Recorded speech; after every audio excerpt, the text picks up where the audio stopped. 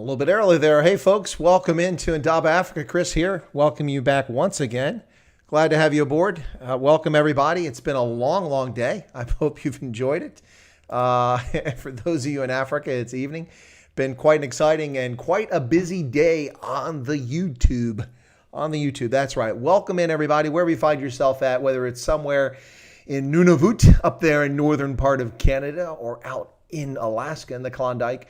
Find yourself in Wales, Northern Ireland, wherever you might be around the world, Namibia, Botswana, South Africa. Welcome, everybody. Sawubona, South Africa. Dumela, Botswana. Bonjour, l'Afrique de l'Ouest. Anyway, folks, welcome into Chris White Africa, the Indaba Africa channel. And yes, it's my third time on on YouTube today. The first time was my regularly scheduled Saturday program, in which I had my special guest today was, in fact, Reese van der Walt. And she's a small business owner, and I had her on from the Hair Tribe. That's a salon in Johannesburg, and she was on earlier today. We talked about the reopening of small business in the midst of Wuhan coronavirus, or COVID-19.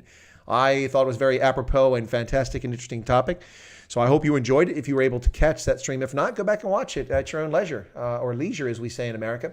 Anyway, check it out.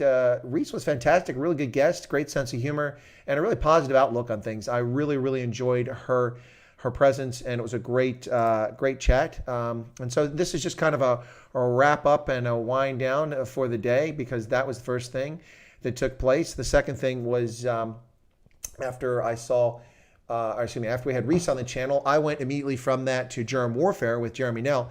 And he talked to me. It was supposed to be talking about colonization and conflict in Africa, but we never really got around to that. And so we talked a lot of my origin story, I guess, if you might say. And that was an interesting hour and 20 minutes or so. Fantastic. Really enjoyed the questions that came in the comments. Ronaldo Hose pointed out that I talk way too fast. So thanks. Whoa, look at that. Bosch Zebra has donated 35 Rand through a super chat, and it's a super sticker. Keep it up. He's got the little peach dude doing hand curls. Well, I don't have a beard to curl, but I do have a Starbucks. So let me get started on the Starbucks. Thank you so much, Bosch Zebra, for that. Notice I say zebra, not zebra. It's the American way. So thank you so much for that. Let's see. So we'll see if they turn up in here, but I sent a message to Johan and Jezelle a short while ago, and we talked earlier about inviting them in if they were still up. Of course, they've got the little one to take care of. So if they're still here and they pop up in the chat, we'll get Jezelle in for a brief conversation. I want to talk about Trumpy and Heidi and Pinocchio. I think there's something wrong with Heidi. She likes bad boys, and I think we'd like to talk about that. And those of you who've watched Janelle's concerts and you've listened to her music, you know exactly what I'm talking about. Anyway, so yeah, let me, so that was the second thing, and now this is the third, a stray voltage. I thought I'd do a stray voltage for a bit, just to touch base with everybody and wind through the day's events and what happened. So I was on with Reese on Chris White Africa, Reese van der Walt. We talked about small business. Then I was on Germ Warfare on his channel, and we talked about a host of things. And after that, Jezelle, the Afrikaans musician from Namibia, who's based in Pretoria these days, Jezelle was on Scott Balson's Loving Life, and she did a concert on there. So thank you, Jezelle, for that. It was fantastic. So let's see who we've got in the conversation now, who I can say hello to. So Olaf is here. Erica. Hey, Erica. And Mike Simpson, Hendo, Gerhard, Beileveld. Sorry. Nikki Hamburg. Not laughing at your surname. I'm laughing at my butchering of it. Vutsarko. Hey, Vutsarko. Good to see you. Willem Winkelspies is here. Luke, the lead slinger. I love that one. That's cool. Malcolm Stark. Tony Stark's cousin is with us again tonight, saying good evening. Hoi not. Good to see you there. Yes, and Hendo was joking that we keep running in each other, and I said, yes, perhaps we're stalking each other. Brian was hoping that I learned a little Afrikaans on Scott's concert. Well, I've had that concert on my channel, so yes. Let's see. Sean is here. Sean Rourke, dancing behind the scenes. Yeah. No, you guys are confusing me with Jason Renicky. Jason Renicky was dancing behind the scenes. Hey, Lynn, good to see you there. How did you go at... Hi, Chris. Did you go on Germ? Yes, I did go on Germtian. It was, I enjoyed it. It was a good experience, a lot of fun. We had some good questions, good comments, and a little bit of sniping going on. Germ is still live right now. He's doing his Satanist thing. So if you want to catch the story on Satan, check out Germ Warfare. He's still on live, I believe, at this very moment. Let me just go back and confirm that because I'm now curious since I've told myself that. Is Germ still live? And I think he is. I was listening to it for a few minutes before I came over. And let's see. Germ is still live. Yes, that's correct. He's still on the network, transmitting live. Let me just double reload that page. Yeah, so if you want to go hear about Satan, go check out Germ's channel. If you're a heart full of Satan, welcome to this channel for the evening. We're not going to be talking about Satan over here. Nothing against Satan.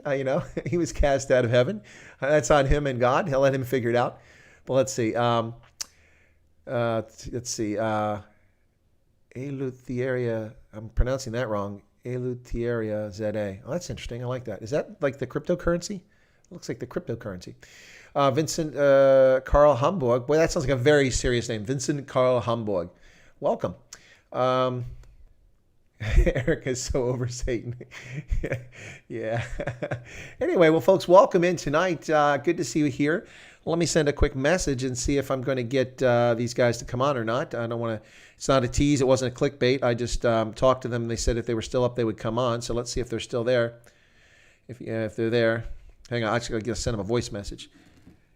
Hey, are you guys there? I'm streaming live right now, and everybody's watching me on my mobile, sending you a voice note. So if you guys are going to pop on, just let me know. If you're down for the night, that's fair. It's been a long day. Thanks. Bye, Donkey. Anyway, so just sent them a voice note. We'll see if we get a response there, and we can get Jezelle on for a short time because I want to talk about Tompi and Heidi and Pinocchio. Anyway, well, ladies and gentlemen, thanks so much for tuning in today. I was watching Ronaldo Host's program earlier, and Ronaldo was talking about his kidney stones. I can attest, for those who might have caught that stream earlier, I can attest the pain is quite intense. Not kidney stones. I didn't have kidney stones, but I did have gallstones. And as I've mentioned many times to some folks, I saw my gallbladder one time and one time only through an ultrasound, and it looked like the Jwaneng diamond mine in southeastern Botswana. There were lots of large white stones in there. So there you go. Anyway, that was one and only time. And then the surgeon took it, and I never saw it again. Anyway. Clickbait. No, the clickbait was the saying Jezelle's coming on here. That was done in honest attention. Yeah, so hopefully they'll pop on. Waiting for them to come up just to bring them on. Olaf had a few kidney stones. Yeah, they are no fun at all. That is for sure. Are we getting a member WhatsApp group? Tian, I hadn't thought about that. Okay, for members, there's a few members here. If you're a member, well, even if you're not a member and you're considering becoming a member of the channel, if you think that a WhatsApp group would be a good idea, then say yes. And I'll see how many yeses I get. But no, I haven't set up a WhatsApp group. Yeah, gout. Ooh, I'll talk about gout. Well, gout can be brought on by your diet. Of course, stones are brought on by your diet too, but you just don't realize it. It's happening in the background. Robert Williams says, just saw Jezelle on Loving Life and suggested she do a video to depict the farmers and minority peoples of South Africa, maybe a tour of USA. Yeah, thank you, Robert. She actually had a tour on for the USA. Oh, look at that. Hey, Ronaldo Hos. Sorry, I got to get this right, man. Ronaldo Hos. Kidney stones laugh at gallstones because they're, well. All right, Ronaldo. It's funny because you actually, no kidding, went off too quick. I was about to send you a super sticker just for the stones, but I'll save that for another one. So thank you so much for the super chat there, Ronaldo. Appreciate it. Yeah, so got clap for that joke, Lynn. So don't, yeah. No, but Jezelle was planning on doing a concert here in the U.S. It was going to be in Namibia and the U.S. And that's a few months ago when I first got in touch with them, became friends with them over time. It was that time frame they were planning to come to States. And I didn't even realize it had already been canceled because of COVID-19 concerns. And so that concert was canceled. And so that's the reason on my channel back on the 8th of May when they decided to debut the album, which was going to be part of a concert tour, they decided, the heck with it. Let's just do it online because we don't know when this lockdown is going to end. And so Johan contacted me and said, hey, listen, would you like, or he didn't, he said, would you like, he said, can we come on your channel with our live stream for our album debut? I'm like, yeah. I said, but okay, listen, I only have like 187 subscribers. I don't know how many people are going to watch it. I don't want to promise something I can't deliver. So with 187 subscribers, we had 32, 35 people tune in, which is not many, but it was plenty at the time. It was quite amazing. And of course, it wasn't the only place. They were streaming it in a few Facebook pages. And that was the album debut on May 8th. It was brilliant. She's amazing, fantastic performer. So really, really enjoyed it.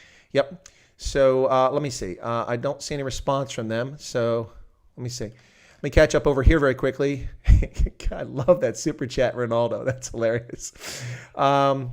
Yes, but you will use proper titles such as master and recruit. How do we do that? I'll have to figure that out. Ronaldo is a member. He must be on his mobile. Ronaldo is a member. There he is. Yeah, I am. He just said I am a member. Exactly. He is a member. Exactly right. There's this little house and tree. Ronaldo became a member pretty quickly after I made memberships available. So thank you for that. There's Hank. Let me see. If you want to speak drama, then I can pop up. Yeah, I do, Ronaldo. And I just want to make sure that, because I didn't want to keep them late because they've got the little one there. But I wanted to see if Jezelle had responded or if they napped out. We were watching. Giselle's just putting, then we're there. Okay, so Ronaldo, I'll tell you what. Let me get you on. Why don't you call me up? Let me put my earphones in here. And we'll get Ronaldo to come on. We'll talk briefly about his little, sad kidney stones, which don't quite compare to gallstones. And we'll do a little, be like Lethal Weapon 3, I think it is, when Riggs is comparing, scars and knife wounds with with his colleague who happens to be female, but in this case be two males. So Ronaldo, if you want to pop in, let me go ahead and get my Skype open, okay? And then we'll get Jezelle and Johan on here after that. So, okay, hang on a second. All right, let's see if I can pull this off. It's been a long day, like I said. So let me go ahead and get Skype open. All right, where's Ronaldo at?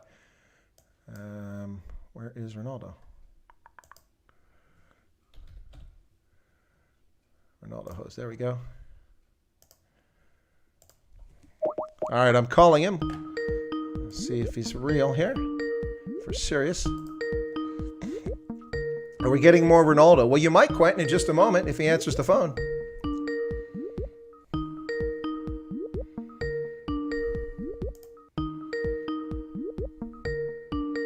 No answer. All right, come on, Ronaldo. What did it say? Give me a call when you're back. I'm back. Oh, that was me. that was Skype sending him an automatic message saying, "Give me a call when you're back." All right. Okay. So I've got Skype open, Ronaldo. If you want to call in. Okay. So yeah, we might be getting Ronaldo back here. He's busy putting pants. Quentin, you guys are too much funny. No, I don't want to hear about your gout. My new name. Hey, Ronaldo. How's it? Hey, man. Let me try to get you in the stream here really quickly. Do the NDI ad. Okay. All right. Let's see if it'll work for me here. Sometimes it wants to work. Sometimes it doesn't want to work. And now it's not doing it. Cancel. Why does it do that? I don't understand that. Sometimes with Streamlabs, it just does not want to play nice. So it doesn't recognize it. I think it's because of how I enter it. Anyway. Folks, we'll have Ronaldo on here in just a moment. I can hear him vaping in the background. Always vaping. Okay, that's not working. I'm going to have to... Let me hang up and call you back, okay? Cool. All right. I'm going to close my Skype because it's not playing nice. It does that sometimes, ladies and gentlemen. That's why I usually, when I have folks call in, I'm going to have to start using Zoom for this and then to take calls because...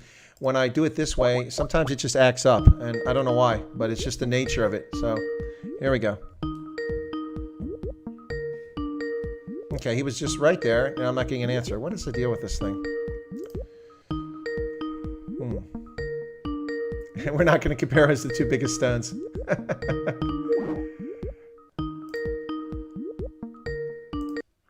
Okay, apparently he's not getting my call, so... Let me try again. I think my end must not be going through for some reason.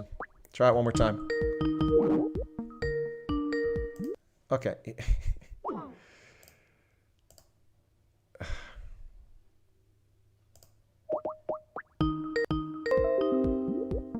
Okay, stop. Okay. Ronaldo keeps calling me. Okay. Are you there? Yeah. Yeah, no, I was trying to call you because I think that it only lets me play nice if I call you rather than the other way around for some reason. So let me try it again. I'll delete this here. All right, folks, be patient. We're trying here. And we'll see. In the meantime, listen to the soothing sounds of vaping in the background. Okay. Here we go. Local. Come on. It's come up on the screen, but it's giving me this blue screen, which it does sometimes. I'll give it a second here, and hopefully your video will come up. I don't know why it's doing that. Skype. Not nice. I'm going to have to switch to Zoom here sometime soon. I've got Major General Johan Just on here next week. Okay, that's I'm going to delete that. Or just turn it off and try to turn it back on. Maybe that'll do the trick. Nope. I still just got the Skype screen. Okay. So hang in there, Ronaldo.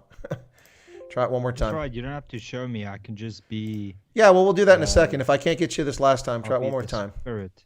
The spirit of Ronaldo. The vape meister. Yes.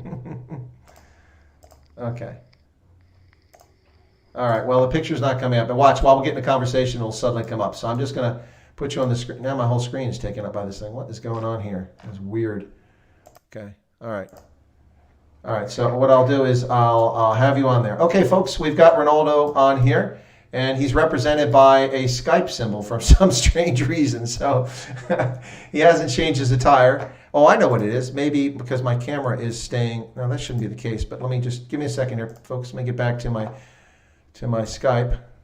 Where's my Skype at? Now it's disappeared. How am I talking to you and I don't have Skype open? Oh, we're having fun here now.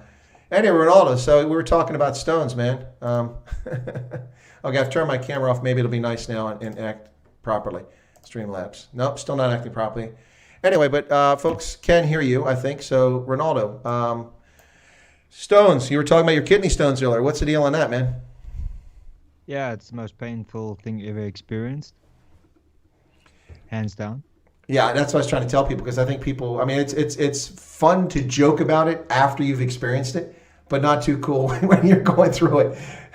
It's some pretty serious stuff, and people can actually die from that. You can actually get ill from that and die from sepsis and other things. The morphine and stuff they gave me was good and all, but the problem was like getting to the hospital. That was the worst part, and then that very awkward situation where you're lying on the chair before you need to go on the bed rather, and then you hope and pray that it's like older nurses and not younger ones, because you get shriveled up, it's cold, you haven't trimmed nicely around the edges, make it look nice, and then two young nurses come and they're like, hi, we're going to assist with this operation. You're like, damn, why, God, why? No doubt about it. No, I'll tell you, when I had the gallstones, I had been at the at OR Tambo, and I was eating a News Cafe, and I had, a wrap or something like that. It was fine, but it had some fresh vegetables on it. Got on the flight, flew to Atlanta. About 2 hours in, I was in unbelievable agony, and I had finally gotten a seat where I wasn't stuck in the middle row. I was actually in that first row in the middle divider by the galley there. And what happened was I could have a place to put my legs out, but suddenly I'm in agony, so my leg discomfort no longer matters. And it was quite a flight, I'll tell you. They offered to turn and go back to Senegal, but I'm like, I don't want somebody to cut me open with a butter knife and have 400 people angry at me that they missed their aunt's wedding or they missed a funeral or they lost a business deal. So I said, look, I'm tough. I can take it. Just keep flying. Yeah. 24 hours later, those things were finally out. Oof. But don't they have like hardcore medication that? What's that? Don't they have hardcore medication? What, on the flight? Yeah. Oh, they didn't have jack, man. They had no narcotics, no opioids, no nothing like that. So I was in pain the entire flight.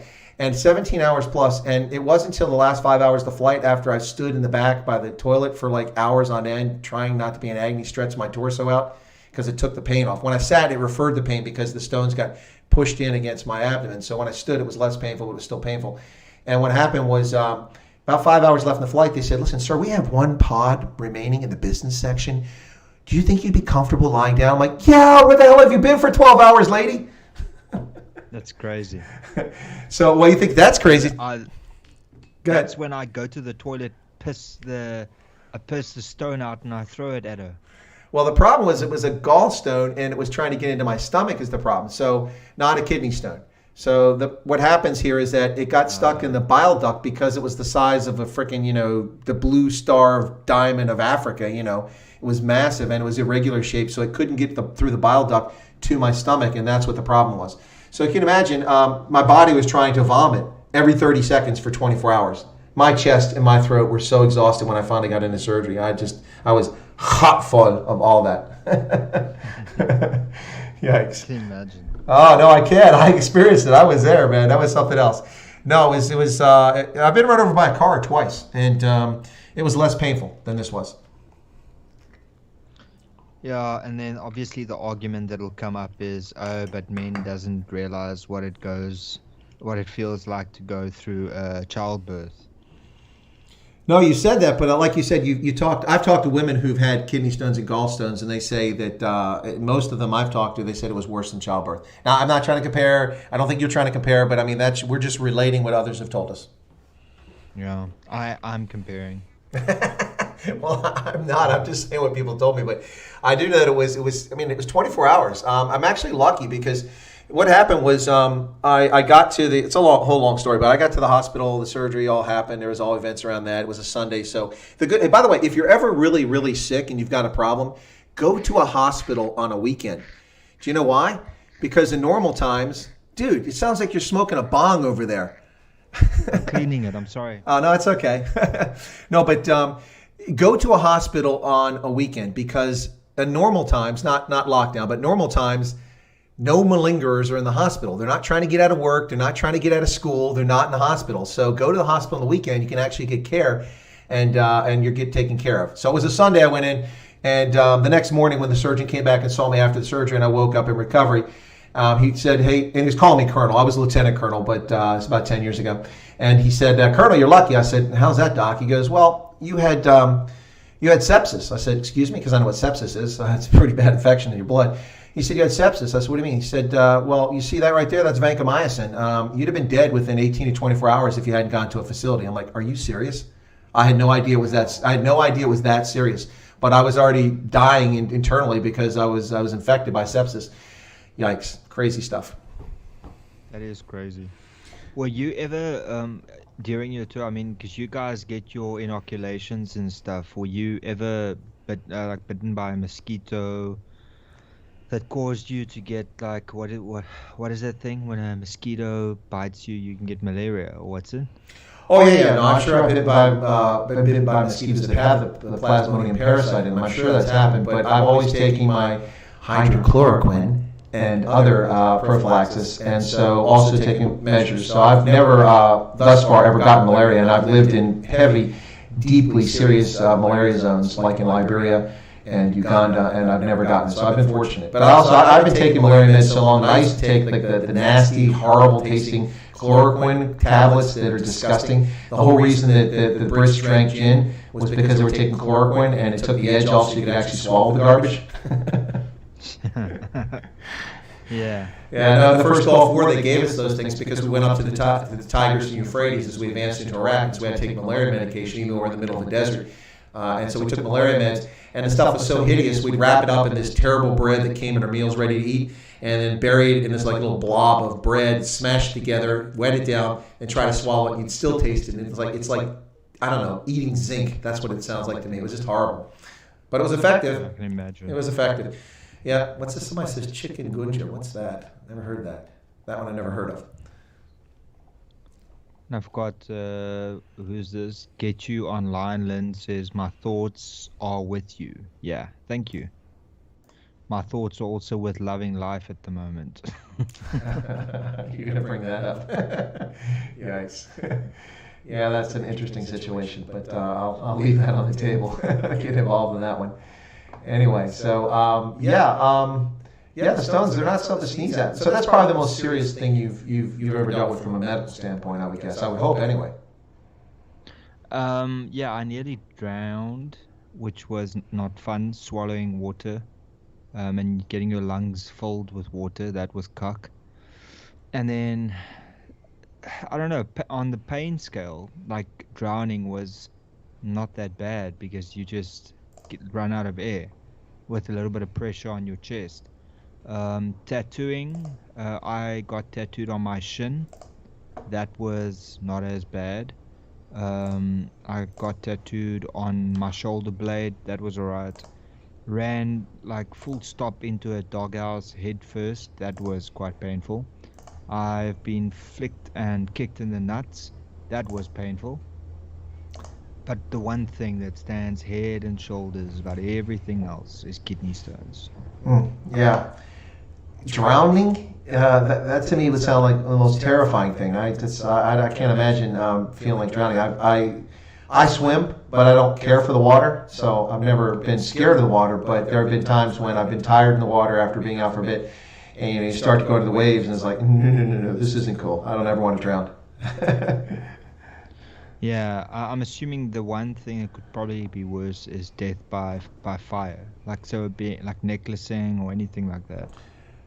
Oh, no kidding. Or what about that Jordanian pilot that those ghouls from ISIS burned to death in a cage in Syria? Did you see that horrific situation? Yeah, yeah, I did. It's just unbelievable. And Yeah. they recorded everything. They did, and they shared it with the world. And people have already forgotten about it. And they act like this kind of behavior is normal. It's just really disturbing. It's scary stuff. Nasty, nasty ghouls. And whenever people think of Donald Trump, we dorked around with those clowns for 6 years under Barack Obama. We can't defeat them. There's nothing we can do. Well, there is no Islamic State now, is there? That doesn't mean that these groups are eliminated, but they aren't terrorizing the Yazidi Christians, other Muslims, Jews. No, they don't have a state anymore, thank goodness. So, anyway. Yeah. Yeah. Yeah, Donald Trump. What's this? Luthria says, I'll take childbirth over stomach bugs, stones, ovaries with cysts, anything. You get Oxycontin naturally in childbirth. Really? I didn't. Oxytocin. I think it's Oxycontin. I don't know. Yeah. Hey, when you got your surgery, they gave you serious meds. I didn't get much in the way of pain meds. In fact, when I finished the surgery, they gave me a couple days before I could leave, and I'm like, I gotta go. I have to fly. I have a flight to Ohio to pick up my car at my mother's house, bring it back here because I'm leaving Botswana and moving back to the States to go to the attaché school. This was a couple months before that, so I was pre-positioning my car and everything. So because it had been sitting in Ohio for 2 years, not running. Anyway, so I said I gotta fly, and they're like, well, you're not going anywhere. So eventually they released me, and I didn't have time to go to the pharmacy. So forgetting that I'm in the States, not in Africa anymore. I'm thinking, okay, there's a pharmacy at the airport, not in America. so I went to the airport straight. I went to the bank, got some cash, went straight to the airport, left my hire there because I was going up anyway. So I went to the airport and checked in. I'm looking for pharmacy. I'm like, there's no pharmacy at the airport. I'm like, crap. Now I got to fly 2 hours to Ohio. So I waited, got on my flight, flew to Ohio, got my rental, drove around looking for a pharmacy, and I drove and drove and drove. I couldn't find a pharmacy anywhere, and I know Ohio. I went to high school and college there. So finally, I was in Columbus, and I pulled into one of the drugstores, and we have like CVS or Walgreens, that's the brands. Anyway, so I pulled into one of them, and I went and stood in line with my script, which was from the doctor at the hospital in Maryland. And I went up and gave it to them, and they're like, I'm sorry, we can't fill this. I said, why is that? Well, it's out of state. I said, yeah, but it's from a licensed physician. Yeah, but we can't give you a prescription for a doctor from another state. I'm like, it's one country. And she's like, no, I'm sorry, we can't do that. I said, listen, I've been driving for 40 minutes. I can't find another pharmacy anywhere. Could you guys just tell me where I can go? She said, sir, there's a Walgreens across the street. I walked outside, and directly across the street by the traffic light, the robot was another drugstore. And so I walked over there, I gave the script, and then they said it'll be a few minutes, and they called me. I'm like, wow, that was fast. I came up, I'm sorry, sir, we can't give you your medication. I'm like, why can't you give me medication? Well, we can't do that. I said, is it against the law? No, it's just store policy. I'm like, are you serious? I said, what's the strongest thing I can get? And she said, well, get some ibuprofen and take 500 milligrams. Like, are you serious? So I bought some ibuprofen, took up 500 milligrams. It's like, swallowing a Tic Tac. It had no impact on this pain. And so I suffered in agony. The next day I went down to see my mother, went to another town, and I said, well, let me check out Walmart. I hear Walmart's got pharmacies now. So I drove into Walmart. I walked up, I handed a prescription to them. They called me back in less than 5 minutes. I'm like, here we go again. The guy says, here you go, and gave me my drugs. And I'm like, what's the bill? Oh, no, sir, you showed us your active duty military ID card. It's paid for. Don't worry about it. I was like, damn, I'm liking Walmart now. Oh, bam. Walmart. That's right. Yeah, I can hang out at Walmart now, too, with all the other white trash. I'm going to go buy myself a gun over there. Yeah. Well, I think you can still get guns at Walmart, but Dick's Sporting Goods will no longer be a store that I patronize. They stopped selling guns because they're cowards. Yeah, we got a lot of those over here as well. Not gun shops necessarily, but like petrol stations that are broad-based black economic empowerment only. If you're a white person, you can't buy into that company. Yeah, it's really, really weird. So you want to, you see an opportunity, you want to invest in that opportunity, and then you are white, therefore you're disqualified. Yeah, no, it's absolutely crazy. I mean, in some respects, it's kind of like cancel culture, the nonsense going on with that. Basically they're using the law to cancel people out. It's really, really sad, I would say. Yeah. Yeah, and if you mention it, then it's like, oh, so you think if if you make that statement that discrimination is discrimination irrespective, and then you say, how would you explain fighting against an apartheid regime because that was forced on racial policies, but in 2020 we still have these racial policies here that's based on race? How do you think that is fine? And then the whole argument of, oh no, but it's fair discrimination. That's when all of that stuff comes out. No, absolutely, Ronaldo. The problem is that people play this binary game. It's either you are this or you're that. And the world doesn't work that way. It's like the whole thing with George Floyd. I haven't found anybody that said, yeah, good, he got what he deserved. I haven't found anybody like that. Everybody I've talked to and before any of these protests even started, like, that's repulsive. I can't believe that happened. Are they checking into the police? Have they arrested this guy? Is there an investigation? That was a response from people I know, white, black, and otherwise. But these idiots are running around, well, if you don't take a knee and kneel before us, then you support racism. If you use the word Dixie, you support racism. It's just utter nonsense. It's binary, and it's just. So here's something that's actually good. This is earlier on Twitter. Citing racist beliefs, Princeton strips Woodrow Wilson's name from the Public Affairs building. Well, you know what? And my response to this was, well, they actually correctly identified a genuine racist. First time for everything. Woodrow Wilson was a racist. He's the guy that aired the KKK film, Birth of a Nation. The first ever motion picture showed in the White House was a Klan film by Woodrow Wilson. You still with me? Listen. So I feel the need to sing because you have a special appearance by Jezelle. Okay. And I wanted to play a song that that I'm going to sing. And I want to get everybody's opinion on whether or not how they think I'm doing. Now the song I'm going to sing is by Queen because it's my favorite band of all time. And it's called Don't Stop Me Now. All right? Sure. And it's a cappella. So I'm singing it a cappella. So are you ready for this? Well, let me just take a look at how many people are viewing so I can see how far we get driven down by your singing. Go ahead.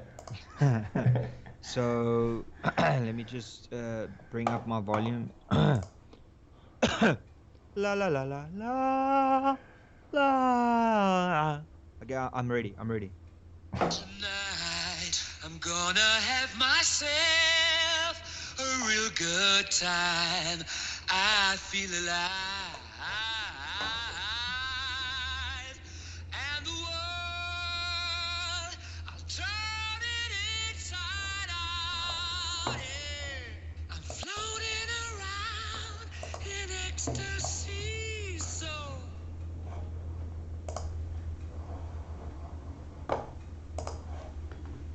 Cause I'm having a good time. I'm a shooting star leaping through the sky like a tiger, defying the laws of gravity. I'm a racing car passing by like Lady Diver. I'm gonna go, there's no stopping me. I'm running through the sky, yeah. 200 degrees, that's why they call me Mr. Fahrenheit.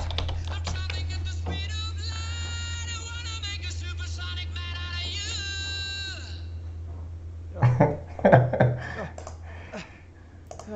So did you have those stones taken out tonight, Ronaldo? What's going on over there?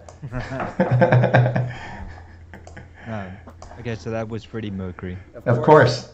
That's all right. I get copyright strikes all the time. I'll get one now. That was a cappella, so you can't get. Oh, okay. Anyway. Yeah. Yeah, no, the guys are saying you're just messing with us. He went to the loo. He didn't. I can actually see him on my Skype. He didn't go anywhere. He's still there. So that's a disadvantage of not having the video there. No, Freddie Mercury rocked, man. Oh, no, Queen was amazing. Absolutely amazing. I love that movie they did a couple years ago on Queen. That was just amazing. About Freddie Mercury, actually. Really good. And then Brian May. The guy's an astronomist. Amazing stuff. PhD. He's been published, I think, 140-some papers he's had published. Really amazing. Queen was something else. Yeah, and Freddie Mercury. What a story, too. I mean, from a minority group Wow, just really fascinating stuff. I'm talking about an ethnic and a religious minority, double whammy for him. Sorry, I'm just eating here while I'm doing your thing. You can see me, right? I can see you. You're nibbling on something there. I've got Jezelle waiting in the wings. So what else can we chat about before we head off there? No, if Giselle's ready to speak, then I'll go. But just look at my beautiful food. What is that? A burger? Can we move it over here? It's 2 chicken burgers with chips. Oh, there you go. Now I can see it. Cool. That looks pretty tasty. Yeah. Hey, so what was with Carter tonight? He looked completely uninterested in this, in singing for you. Carter. I think he was just woken up saying, come, monkey, you must perform now. Gotcha. All right. Is that racism? I don't think so. People are telling me I've got an echo. I think it's because of Skype. All right, Ronaldo, hey, thanks for calling in, man. Enjoy your meal. I'm going to get Jezelle on here for a few minutes. Appreciate it. Ronaldo's giving a thumbs up and a wave. Thanks a lot, man. Really appreciate the call. Thanks for the super chat. Awesome. Good chat earlier, too. I enjoyed the whole story about your stones. It was awesome. All right, we'll catch you later, man. Cheers. Ciao. All right, folks, that was Ronaldo. And let me go ahead and try to sort out this Skype stuff, and I'll try to get Jezelle up here. Just a moment. Hang in there, folks. Be patient. There we go. All right, so that's gone now. I'm going to have to try to close my Skype and try to bring it back in again because it is really acting tetchy here. I don't understand what the problem with it is. But I will bring in Skype now and try to get those guys back on here. Thanks, Ronaldo, for calling in. Really appreciate it. That was awesome. Had Germ call in out of the blue last week. So now there's Johan. Okay, cool. All right, let me see if I can get these guys in.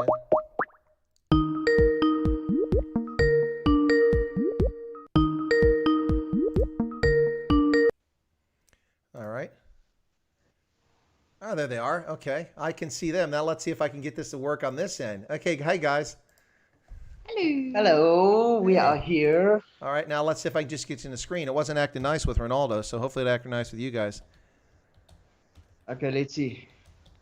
Come on, be nice. Okay, let's try that. There you are. It worked. Look at that. Okay, I think Skype just didn't like Ronaldo tonight. That was the problem. No, that's what keeps me touchy. Does. It does its own thing when it wants to do its own thing. Hey, folks, this is Jezelle and Johan. Welcome on board. Good to see you guys. I made myself super tiny, so you're the stars of the show. Oh, okay. Luckily I'm wearing my glasses. I can see you there.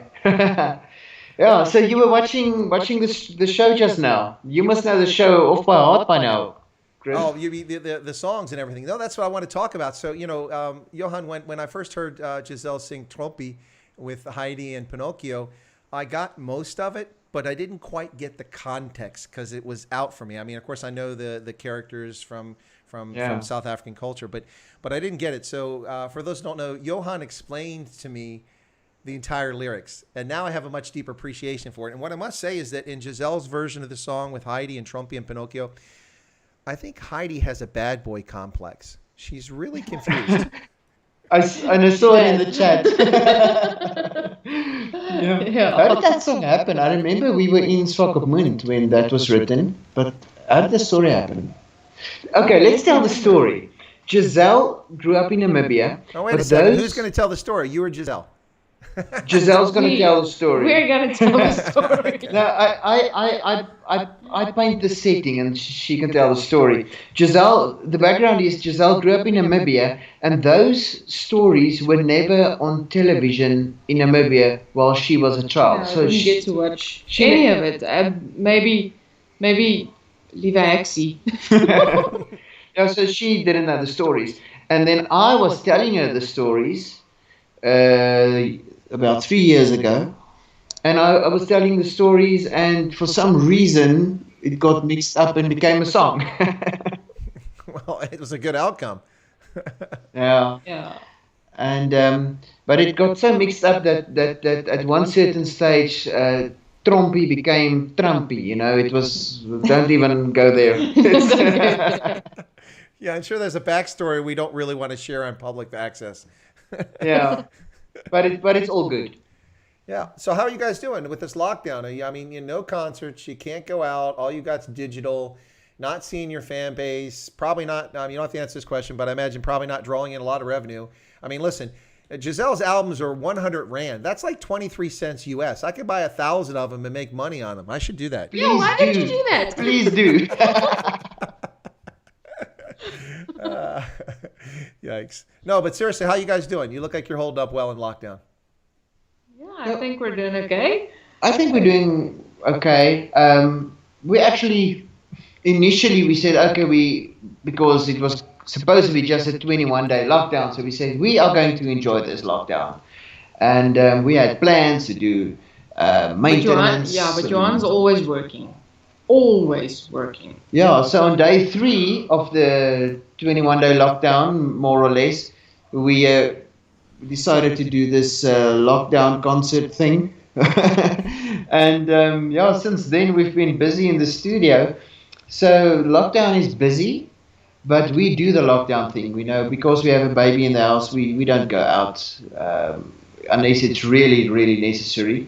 I'm still in level 5 of lockdown, I think. Yes, you are. Oh, you personally. I don't go. You personally. Yeah.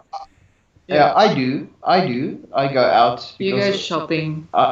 she sends me to do all the stuff that she doesn't want to do, and she uses Corona as excuse, as if I can't bring the virus home. You know. No, that's what I was talking to Reese Vanderveld earlier when we had the regular Saturday live stream, and she was talking about something, and she just said, "Oh, it's the lockdown." I said, "No, that's the answer for everything. Can't pay the rent? Sorry, the lockdown. Can't go out? Sorry, the lockdown. Hey, honey, can you get that? Because I'm not going anywhere. Sorry, the lockdown."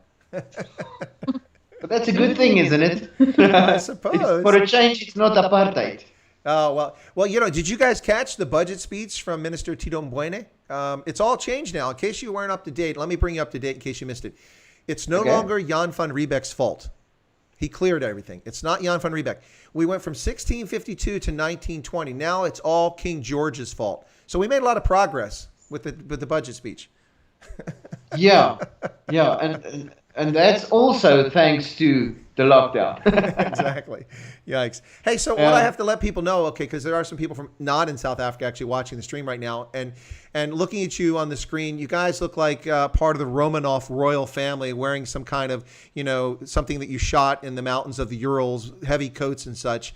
But it's winter. I look like Cruella de Vil. Well, yeah, I guess that's it. But you look like the Romanov royal family on a sleigh going on a hunting trip. Like you're freezing because it's wintertime in Gauteng in southern Africa. It's cold. It's cold. Okay, wait a second. For my non-South African audience, let me clarify this. I'm going to guess the temperature is somewhere between 9 and 16 degrees. What is it? Well, I'll Google it now, but it must be there. Yeah. It must be there. Yeah. You know what, Chris? The past few days, say 3-4 days ago, it was extremely cold. I'm talking about middle of winter cold. Yesterday was pretty bad. Yeah, but yesterday was still better than the day before. Sure. But today, I mentioned in the previous stream that it's cold in Pretoria, and I saw someone wrote there it's not that cold. It is. It is. We have 2 fireplaces in our living area in the house, and we don't have wood. Okay, I just checked. The current temperature in Pretoria is 9 degrees Celsius or 49 degrees Fahrenheit. For me, a Viking, I call it a balmy, pleasant day. I will be walking around in shorts right now. Chris, it's cold. We don't get out much. You Africans can't handle the cold. No, we can't. Very true. Very true. Yeah. No, when you especially for a Namibian. I mean, she's used to the desert temperatures. Well, she should be used to the wild swings then, because that's definitely the case. You have, in the 30s and 40s, and boom, way down at night. It's even I'm cold in the desert because such a huge temperature variance. The thing with Swakopmund is you have the cold Atlantic Ocean and the warm Namib Desert, and within 5 minutes, it can go from freezing cold to extremely hot and back to freezing cold. In Pretoria, we don't have that issue, but currently, for some reason, the two of us, It's cold. it's cold. It's cold. Yeah. Yeah. Okay, but Chris, from now on, Yeah. summertime we'll come and visit. Well, wintertime in South Africa, we'll come and visit you. Okay. And What if I'm living in Africa at the time? I'll look after your lawn for you. You don't want to sign up for that. That is a thankless task. I'm telling you. I went out and took a peek at it today, and I'm like, I can't believe the number of hours I put into this nightmare I call my lawn. It's I think I put less work into growing maize when I was a farmer than I put into those lawn, with better results with the maize. The thing is, Jezelle, people see her performing and she's on stage, and why do I do all the talking here? Anyway, but I see the other side of Jezelle. Yeah. When I sit in my office working and I look out the window, I always make sure that I have a nice view wherever I work. And Thanks. yeah, I wasn't going to go there, and Jezelle did. but Jezelle, yeah. That went right past you. Went right over your head. Okay, no, what I wanted to say was Jezelle would literally, because we are very, very, well, we try to be very precise on our lawn, and Jezelle would literally mow the lawn every day. Not every second day, every day. I mean, it looks like a golf course green. Keep it short. Yeah. That's And what we call the obsessive moment compulsive lockdown hit behavior. us, yeah, the moment lockdown hit us, we decided to redo the lawn, and now, 2 months later, we still don't have a lawn because it's winter. Well, what I was going to suggest is that you leave the lawn alone. I think it's cruel of you to cut your grass when the kudu needs somewhere to graze in the suburbs of Pretoria. Exactly. Did you see those photos, Chris? Yes, I did. It was astounding seeing that during lockdown, seeing kudu walking the streets of Pretoria. It was wow. Crazy. Yeah. Well, I don't know. It might not have been Pretoria proper. It might have been in Tshwana, somewhere in the metropolitan area. Yeah. Yeah. I think it was in Linwood, wasn't it? Yeah. That sounds Yeah. right. Yeah. That sounds right. I think it was Linwood. Yeah, which is just around the corner from us, literally 5 minutes, 7 minutes drive or so. All right, so what we wanted to do sometime soon, just so we give folks an update on what's going to happen, because I did kind of let the cat out of the bag and say that our intent is to have another stream, and we're not going to go more than, not tonight, but not more than 90 minutes. This will be to celebrate the release of all the digital versions of the songs from Fitland's Mensa online. So we want to do that sometime soon. It'll be a special feature, but I'm going to need the videos so we can play them, and then Jezelle can talk about the songs. So any idea on a rough estimation when we might be able to do that? So I'm putting them on the spot. Well, ASAP, it's up to you and you. You. It's not up to me. I'm not going to do the it's up to stream. you. I'm not going to do clickbait. I'm only going to do the stream if I've actually got the music and the artist. I mean, I can't say it's up to me.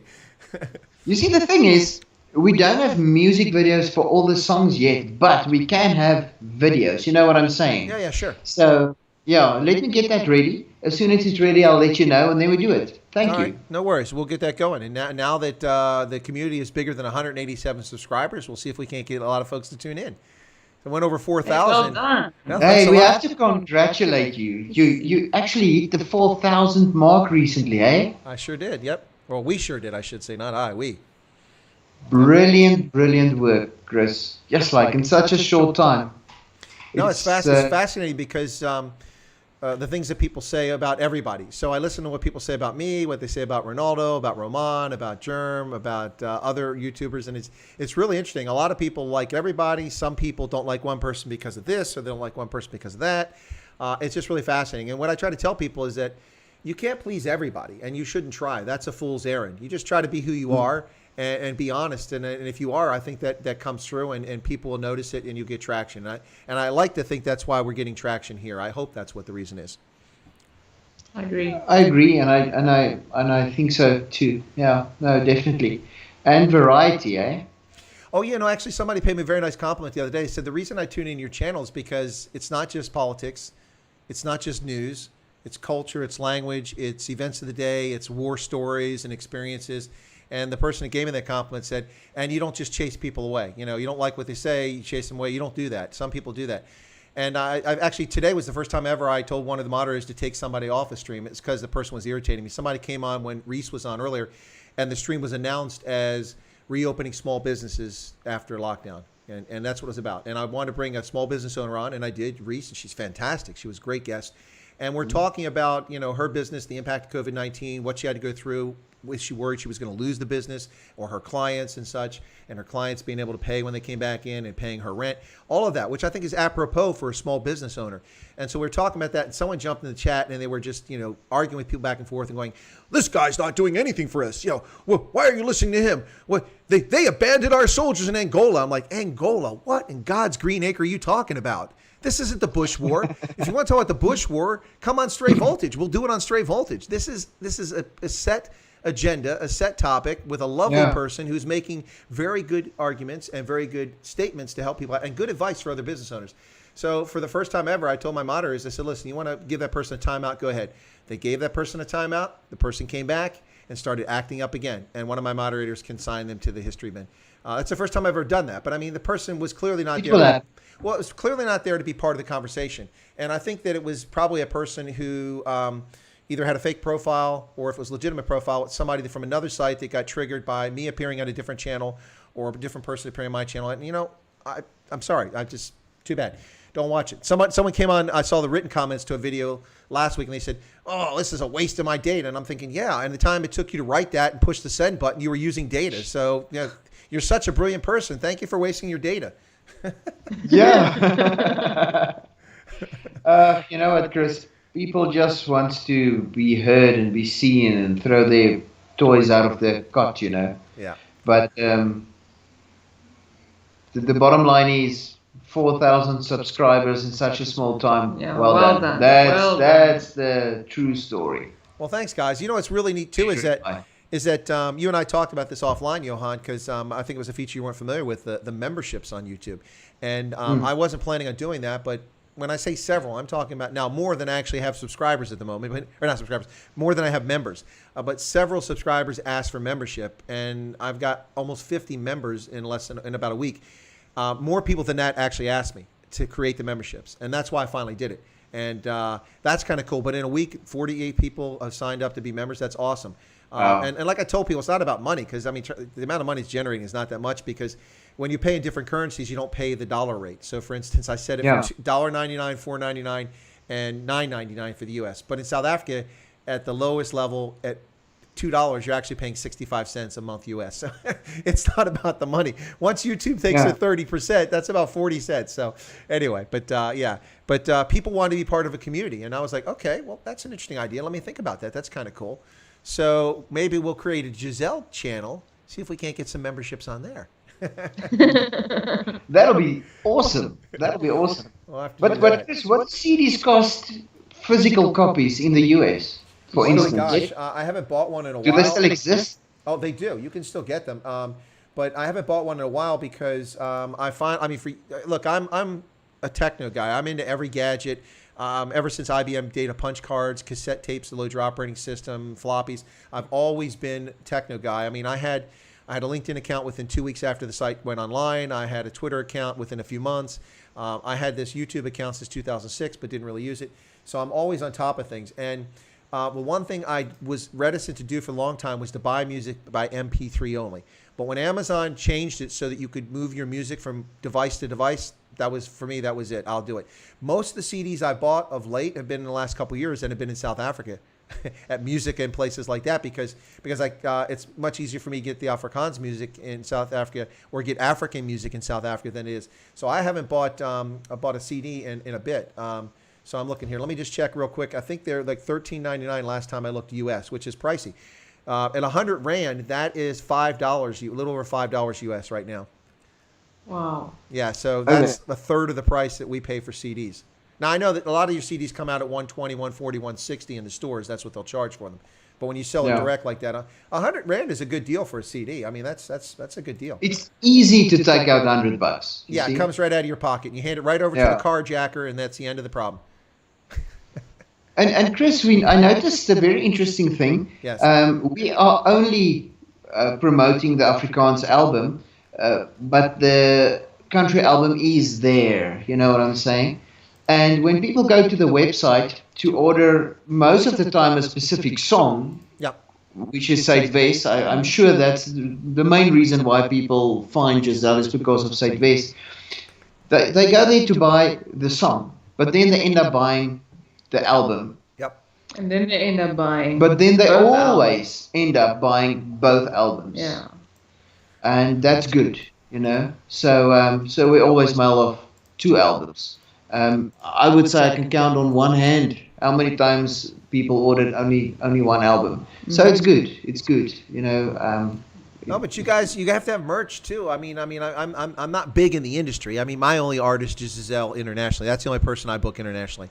But you are the official Jezelle international agent, Okay. manager. There you go. But Yeah. seriously, listen. The thing I notice, we've talked about this a little bit, Johan, is that artists tend to make a lot of their money these days from concerts, either the performance fees, but also from the merchandise and the CDs they sell. So you guys got to get some merchandise. You know, you got to get some merchandise out there: T-shirts, caps. Make some money at the concerts, and while you're not at the concerts, make it online digitally. And don't worry, we won't tell anybody it's made by the Chinese. We'll cut all those tags out when the hats and shirts arrive. A friend of mine, he's a country singer. He went to Nashville a couple of years ago. But then all his country singer friends asked him to please, well, not all his friends, one of his country singer friends asked him to please just buy proper country shirts for him in Nashville, which he did. And he brought it back to South Africa. He gave it to his friend, and all the labels said made in China. But it was a proper country shirt. Hey, listen.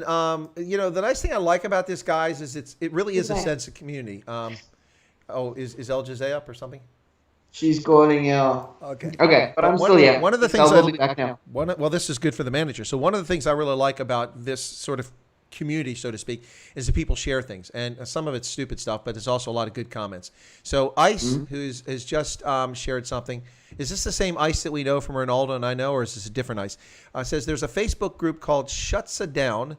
They have 254,000 members, and every Saturday, Mornay Svat has an artist on. It will be another great place to help promote her. Okay, I'm going to make a note of that. Let's check into that. Johan and I will check into that and find out what's going on there.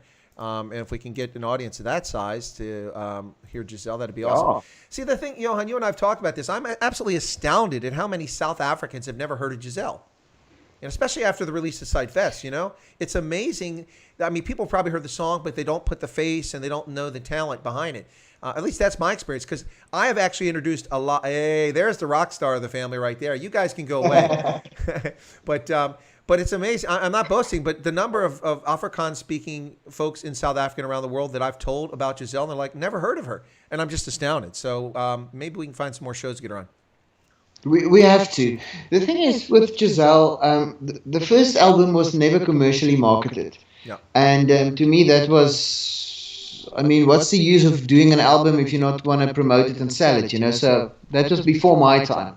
Now the new album, the Zuidwest song leaked out by accident, but it was not the entire Afrikaans community that was that knew about the song. It went viral, but amongst the Namibians and the ex-Namibians. Yeah. And it was big. I mean, the views went into the millions within a short period of time.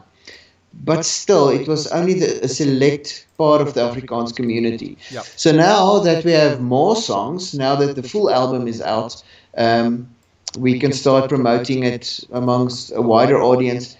We have good news. I received news from 2 radio stations, local radio stations, that they will be playing Plakkie in die Son as from next week. And then about 6 weeks later, we will release Boerejol, also to radio. Jezelle's show will be on South African TV, also roughly within the next 6 weeks. We're busy finalizing that deal. So soon people will hear about her more often than they have. Awesome. Yeah, So thanks to you, people all around the world know about Jezelle now. No, it's really awesome. I'm glad to help. I mean, listen, it's not like I'm promoting something that's not worth promoting. I mean, look, she's got you know this. She's got an amazing voice. I love her presence. And the videos you guys plan out are pretty clever. I really like them. And I know that's a lot of work, the choreography, the production values for putting it together, because you don't have some massive studio behind you doing that. I mean, look, a Michael Jackson video, Thriller, okay, he had 800 people working on that video. Okay, we get why the production value is amazing. But you guys, the videos are really good. So it's easy to get behind something like that. It's not like, okay, well, this artist is okay, but yeah, I want to promote them. No, this is like, it's really from the heart. I really enjoy it. So it's cool beans. Thank you for that. Thank you. Yeah. No worries. The thing with being an artist, and I see it with not only with Jezelle, but with many artists that I've worked with you over work the years. with other managers, with other artists. I was going to say, yeah. I don't think people know that. Yes, all the time. Yeah, it's been 2 decades now. The thing is, the singer is just a normal person who writes music, performs music, records music, and they put it out there. But okay, with social media, it's different because you get some sense of immediate feedback from the audience. But when the song plays on radio, when it plays in a club, when it plays on TV, you don't get the feedback. Most of the time, you don't even know about it. Yeah. And very often, an artist don't realize how known they are already, or how big they are, or how successful they are. To them, nothing changed. They recorded a song and they don't get the feedback. They don't know what's happening with the song out there. And thanks to channels like yours and other YouTube channels where we get some sense of feedback, you won't believe how much that helps the artist like Jezelle. When she can see what people write, hear what people say, it motivates her to write more and to do more. And I think you. No, I know got what it. I'm trying to say. No, exactly know what you're saying. And here's the thing. It's like I said, you guys don't know, Johan and I talk quite a bit in the background. And one of the things I said is that, it's amazing because it only takes one little break and suddenly, boom, you're on the scene. And I've given the examples in my stream before. I talk about Refrenza. Refrenza was just singing on the side of the road. And I look at him now. People are like, Yeah. Who is that guy? Wait a second. Listen to Afrikaans voice. That's not what I had in mind, but he's quite talented. And then Elandre is another one. Elandre is huge now too, and he's got the big record label. And he was just singing on Facebook, and boom, someone heard it, they passed it around. So it just takes that break. And Jezelle had a great song, well, still has with Sight Vest, but Philins Mensa, I think, is a brilliant anthem for Afrikaans. And I think that most Afrikaners have never heard it. If they did, they'd be like playing it all the time. At least that's my view on it. I hope so. I really hope so. And what we did was we never announced this publicly, but Sight Vest was recorded and the video leaked out, and after that we released the official video, and that was 3 years ago. But now, since then, we revisited the song and we made the production a little bit better. We didn't want to change too much, but we did revisit it. So the new album has a revisited, revamped, better version of the original Sight Vest. So I would call this the official release of the real Sight Vest. Sight Vest 2.0. Exactly. Yeah. So it's not a remix. It's not, we didn't change the feel of the song, but, sometimes just by changing drums or this or that, it makes it just bigger and better. So yeah, I can call this the official release of the new Sight Vest, and we must, and that's on the new album. Cool. Hendo has just put the link into that site from Morne Svat. So whenever I see that, I always think of Swartrugens, which is in Northwest on the way to Rustenburg. Swartrugens, yes, you know the country well. I've passed through it many, many times on my way to pay that outrageously ridiculous toll at the Bakwena toll station. Wow. Yeah. You know about the toll. I do, and I haven't figured a way around it. If I can find a way around it in the bush in my Forerunner, I'll do it next time. No, but seriously, let me do a little bit catching up in the chat here, some questions and some comments. So Erica said she enjoys, I enjoy you, Chris, your slant of things. Okay, well, thank you.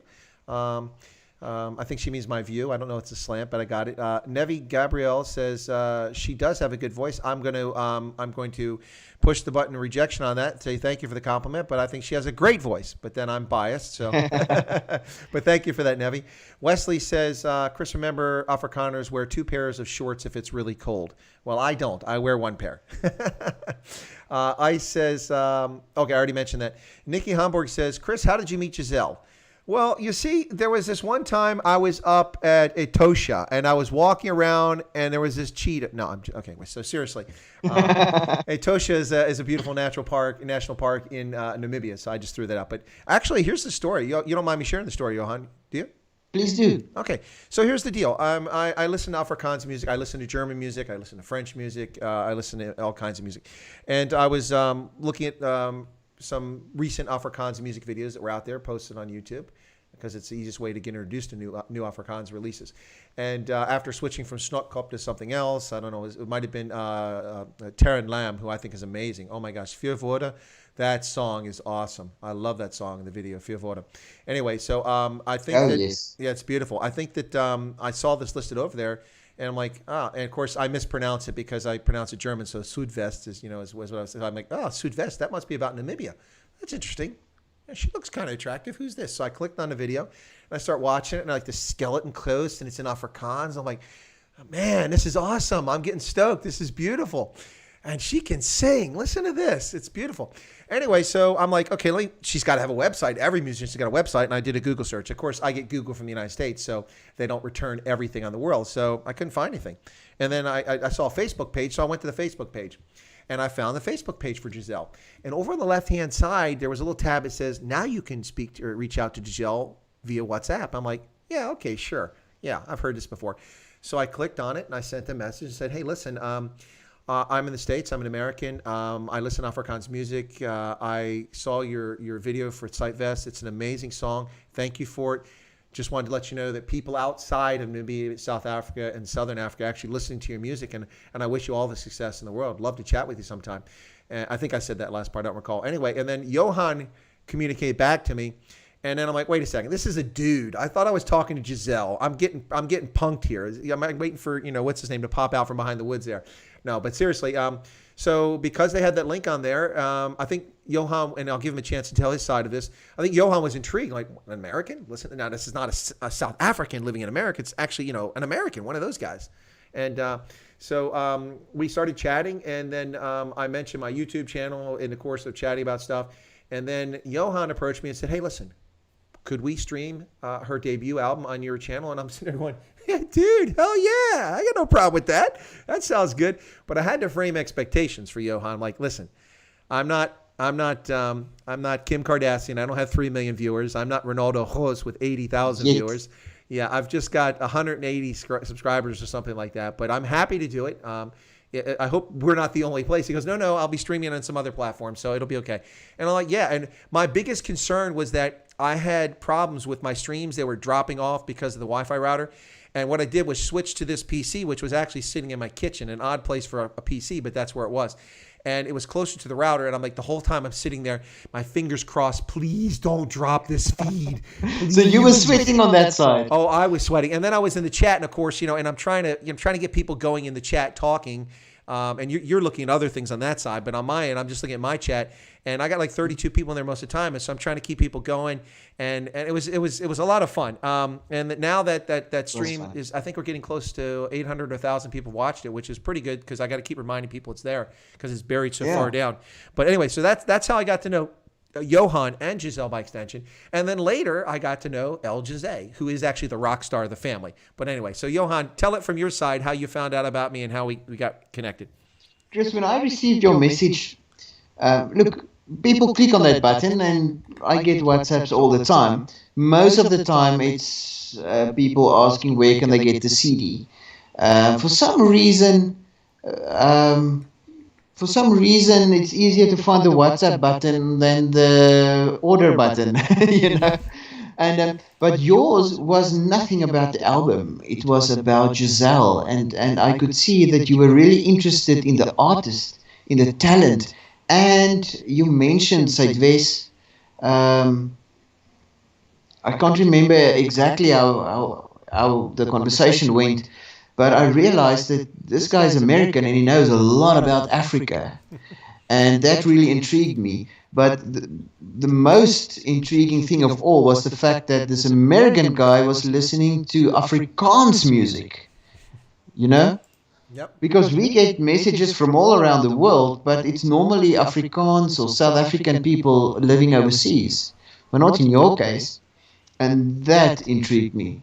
And yeah, that started off a lovely. Hey, welcome back.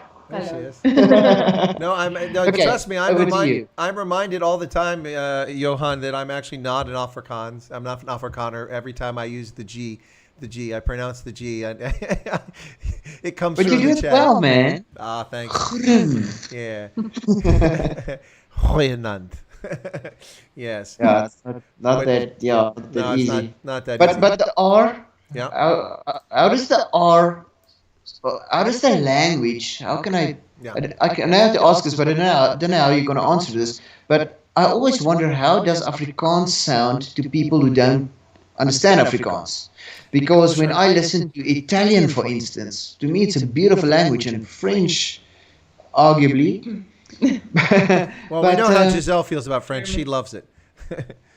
Yeah, but Afrikaans with the R, you know, rrr, that kind of thing. It's I don't know. It must be weird to foreigners. Well, okay. Full disclosure, okay? Because I've been studying and following Afrikaans for a few decades, and I find the language interesting and appealing, and I can read it and understand it. Speaking, it's another story. But that takes a little bit of beer and a couple brides, and I'm sure it'll You are be much fine. better than you think, eh? Well, thank you. It's very kind of you. Afrikaans. But here's the thing, and this is not meant as an offense or a slight to people who speak Afrikaans, but for non-Afrikaans speakers, and I think this is part of the problem with many Black Africans when they hear it, it sounds like a brutal, harsh language at times. It really does. Now, I say the same of Portuguese. I know people are always telling me, oh, Portuguese is a lovely language, but then I went to Portugal and I thought, oh my God, I'm in the Czech Republic. This is like listening to Slavic languages. It's harsh. It's a Romance language, but it's got all these and stuff like that. And Afrikaans has that too. Now, that's to our non-Afrikaans ear, we hear that. But you don't hear that. Like, okay, so Juanita Duplessis, she sings that song, what's that latest one? She's got anyway. It begins with the now I'm getting a senior moment here, but she's got this song, not Hogandit or something like that. But anyway, she got this song, and it's with the G. It starts out, but it's beautiful. But listen, when I'm in Northwest and I'm out with a real boer out on a farm out there, and I'm listening to it, I have to struggle to understand what most of those guys are saying because the accent is so strong for me, and I'm not exposed to it every day. So for non-Afrikaans singer, it can be tough and it's daunting. So that's why I tell people, and that's why I always start out with the phrase, because I might be in a conversation to understand what Afrikaners are telling me, but then they look at me to say something in Afrikaans, and that's when ik praat nie Afrikaans nie. That's when that comes out, because it's not so easy. And I speak German fluently, and I speak English fluently, and Afrikaans and Dutch are, now Afrikaans not so much, but Dutch for sure is right there in the middle of the two of them. Yeah. You got words that are Afrikaan words that are English words, and you got words that are Afrikaans words that are not German, but they sound similar or their structure is similar. Like you guys in German, the word is fragen, to ask. It's fra in Afrikaans. So I don't need to make a leap to understand what that is reading a text. I can figure that out. But here's the irony: is that Afrikaans grammatically is so much easier. You have one relative article. In German, you have three, and it changes with 97 different cases. Der, die, den, des, and deren, denen. It becomes a lot. Now I get that, but a lot of people learn German and just want to cut their throats because this is insane. It's too hard. But Afrikaans grammatically is so much simpler. But the challenge for people who aren't familiar is that you've got Malay words in there, you've got some Bantu words in there, you've got some Khoi words in there, and it mixes in, and it makes it a rhythmic language. Anyway, so that's just, for outside stuff. That's kind of, you're asking how the outside ear is. And I didn't mean to offend anybody in Afrikaans. It's definitely not my intent. Just answering the question. And obviously I don't dislike it or I wouldn't be following it. Yeah, but for instance, I'm sitting here thinking a sentence like "My car is here," for instance. Yeah. In Afrikaans is "My car is hier." It's so close to English. My car is here. You even spell it the same. My and my car, just the C and the K. But I mean, it's so close. My car is here. My car is here. It's so close. Well, then you've got like there was a song from, I don't know when the song was, but I had this cassette from when I was learning Afrikaans back. I picked up in UCLA, and there was Afrikaans music on there. One of the songs was "Die mooiste Zand is die Kaapse Zand." Well, that was hard to figure out. The most beautiful sand is the Cape sand. Easy to figure out. I didn't even have to speak Afrikaans to figure that out because of German and English. But yeah, so there's a few more comments here I want to get. So I answer the one about how I met Jezelle, and then. Erica, to make my point, I believe she's Afrikaans speaking. Erica said, I've never heard of Jezelle before. See, that's exactly my point. We got to get the word out. And then the next one here, now I'm going to jump ahead to one comment and then come back to another one. Because I'm going to, the Brew, who was on my channel last night, I think he's a secret cigarette smuggler. He's got a large cachet of cigarettes in his garage. Or I'm sorry, Brew, your garage. No, that's teasing. No, but he came on. He was fun. He was a call-in last night. So thanks for coming on last night, Brew. But the Brew says, no offense, she has a similar voice to most South African female singers. It's about marketing. I hope they have that down, not trying to be downer. Now, hang on. Let me respond to that, okay? As the international talent manager for Jezelle, I have to take offense to that comment. First off, as I recall during the live stream, virtually every one of the Afrikaans-speaking people who tuned into the channel said, wait a second, she's not South African.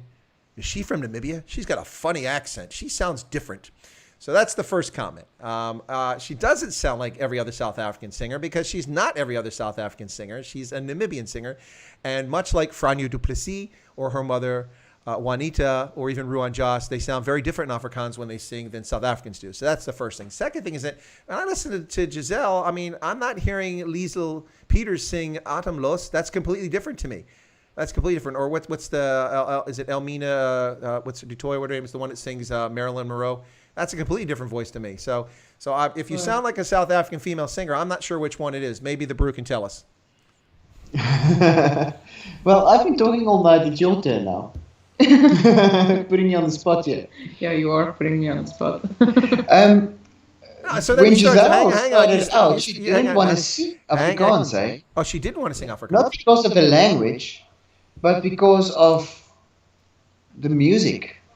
And Afrikaans music changed back then. Yeah. And Afrikaans a decade ago, and Afrikaans music changed so much that now she can't see herself singing English. Well, I think that she must do a global album, if you ask me. Well, it's funny because, what's that, Jezelle? No, I said the international album. It will happen It will eventually. happen. Well, it's not easy, but I mean, I think a lot of people don't know this, but of course, people who speak these other languages know it. But one of the big reasons ABBA was such a huge success is they recorded in Swedish, English, which of course was major. They recorded in German, they recorded in Spanish, they recorded Italian and French. They did songs, and they had hits, global hits in all those languages. It's fascinating. And a few of those songs actually were big hits in German, French, and English at the same time, which is it beggars the imagination because you can't just sing and I know this from acting because when I was at university, I was convinced to perform in German plays by my German instructor. And so I performed in German plays and my German, this is academic German. So, I mean, it's not just, it's not a Cardassian show with easy dialogue. It's actually, advanced dialogue. And so, I had a little trouble because I didn't understand all of the language because I was still learning German at the time, even though I spoke it. And so I would be performing and not fully understanding what I was saying. So I wasn't getting the right emotion across. So it's the same with music. If you're going to record in Spanish, like ABBA did with Chiquita, you've got to understand Spanish or you're not going to know how to hit the right notes, when to have the right inflection. And I don't sing, thank God. I scare rodents away. Well, maybe that's a good idea, scare rodents away. But my point is, that's my impression of it. Am I off? You're a performer, Jezelle. I mean, do you think it's the same thing? You've got to understand it to a degree so you can actually get into the music?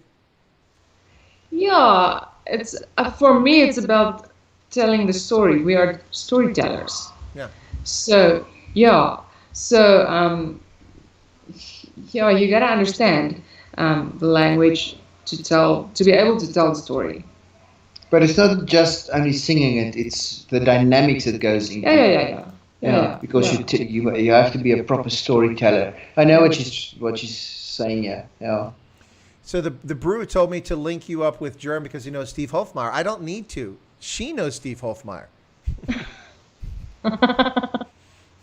I would love to record with him. Yeah. Yeah, she did sing with him. Great guy. Yeah, well, if I ever get him on my channel, I'm gonna give him a ration and ask him why he's promoting Demi Lee Moore's career. Let's get on Giselle's bandwagon. Come on. You tell him that. Yeah. So there was a this is a question from the brew. We had another good question. Although I think he's either vaping or smoking those illegal cigarettes, or he's drinking some scotch and something there, because he's spelling Jezelle wrong, and I mean way wrong. But no, he says, who wrote Giselle's music, or who writes your music, Jezelle? I write my own music, actually. Singer-songwriter. Yes, I am. I became a singer-songwriter. Like I said in the previous interview, at first I always believed that I was a singer but not a songwriter, and I struggled with the writing, and and then one day, long story, but then it happened for me, and I started to write my own songs, and Vir ons mense was the first song, and then after that it was Safe Base, and the rest followed. I mean, Vir ons mense, we released it on Kyknet back then, and within 1 week we received a message from another platform, digital platform, saying that it was the most downloaded song in South Africa for that week, or the most streamed song, and she wasn't even known back then at all. And that was the first song. The second one, a couple of weeks later, was Said Wes, and wham, it went viral. And so we'll see what will happen to the other songs now, but the songwriting is quite spot on, if you ask me. But I'm so grateful for a song like Said Wes. I mean, you can be the best vocalist out there, but if people don't know you and don't know your music, then they don't know your music. It's as simple as that. And you need that one song. And for me, that was Said Wes. And so I'm so grateful for that. Oh, but I must say, that's not it. Said Wes is not it. You got bigger ones coming, much bigger hits. That's the one for now. Yeah. That won't be the one. That's more albums coming. Yeah. Chris, have you listened to the words of South Africa, the song? Yes. Were you able to? Yes, but you haven't sent me the lyrics, so I'm still deciphering it in my head. That's what I'm getting at.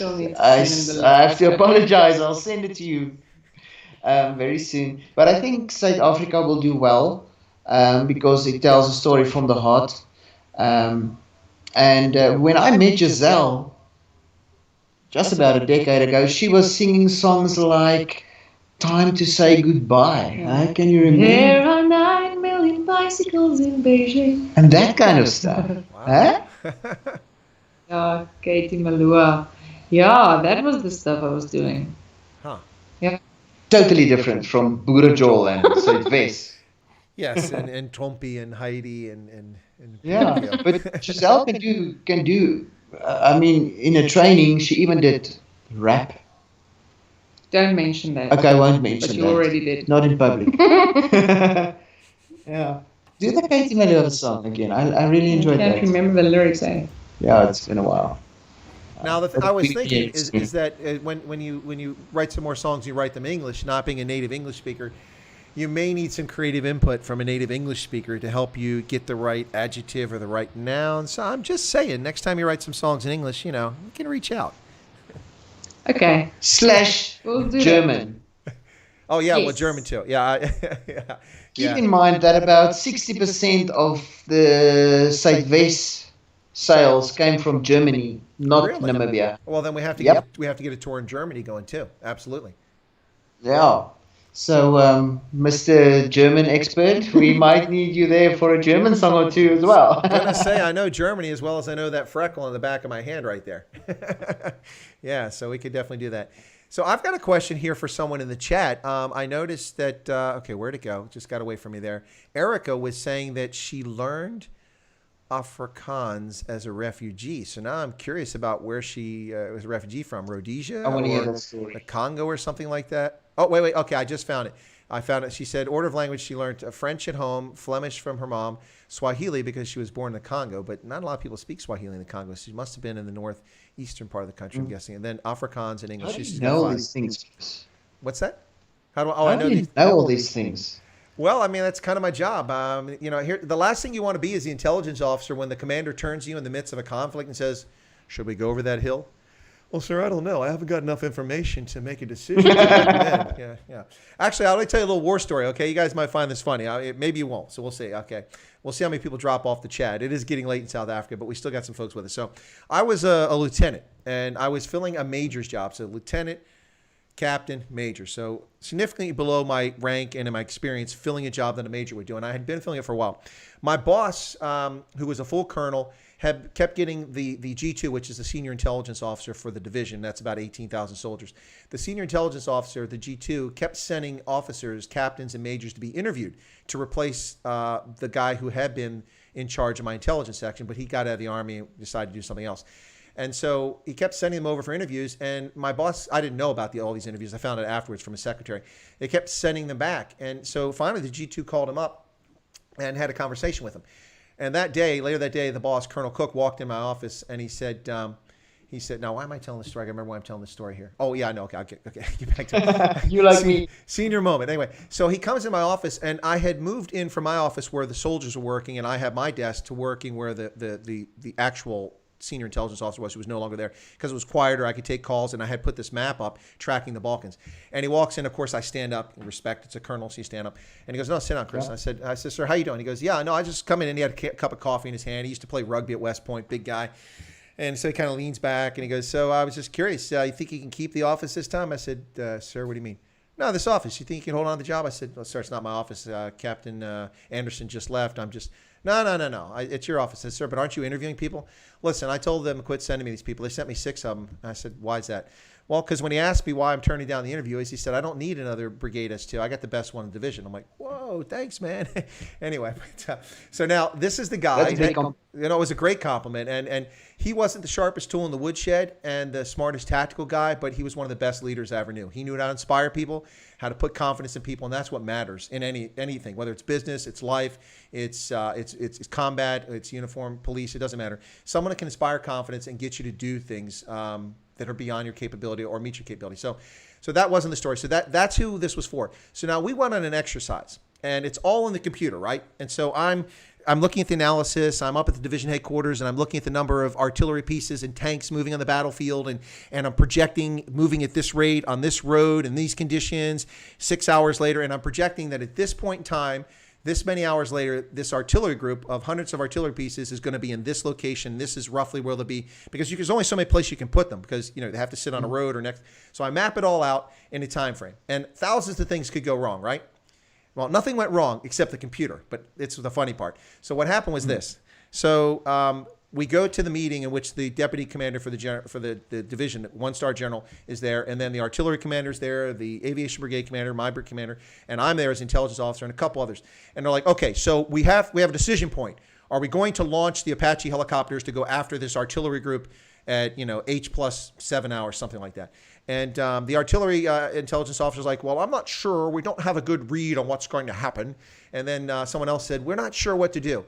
And the artillery commander turns around at Colonel Gingrich and says, "Listen, I don't want to hear this. Where's the 4th Brigade S2? Where's he at?" And I'm a lieutenant. I'm in the back. "Sir, I'm right here. Get up here." "Yes, sir." And my boss is there and the general's there. He says, "All right, enough of this nonsense. Wyatt, tell us, what do you think? Should we launch?" And I said, "Well, sir, because of the following reasons." I ran through a whole list of reasons why I came up with my analysis. I said, "We should launch at this time, and this is how we should do it, and this is the route we should take." So we did. And then they came back, and of course, it all plays out in the computer. And the computer came back, and they said, of the 18 Apache helicopters that you sent forward, 16 were destroyed. You've lost your entire battalion. I was like, "What? Wow. I just got fired. Oh, my God, my career's over. What happened?" Well, it was artificial. One single air defense system, which I actually predicted within 100 meters where it was at in the computer. That's actually where it was at within 100 meters. That single system shot down 16 helicopters in 22 seconds. Impossible. It was a computer glitch. So my boss knew that. He knew it was just nonsense. So he came back and he goes, "Well," I'm like, "What happened, sir?" He goes, "No, the adjudicators just came back. They told us we lost 16 of the 18 aircraft." And he kind of looked at me like, "Maybe you should start filling out your CV." So, anyway, I don't know why we got on that story, but it's just a funny story, I think. No, but we enjoy stories. You have all these interesting stories. We have interesting stories too, but I don't know if it's fit for this channel. like when we ran away for an ostrich. I mean, we can't compare that to your war stories. Well, I have to check that story out offline to see if it's suitable for family entertainment. No, what happened was we were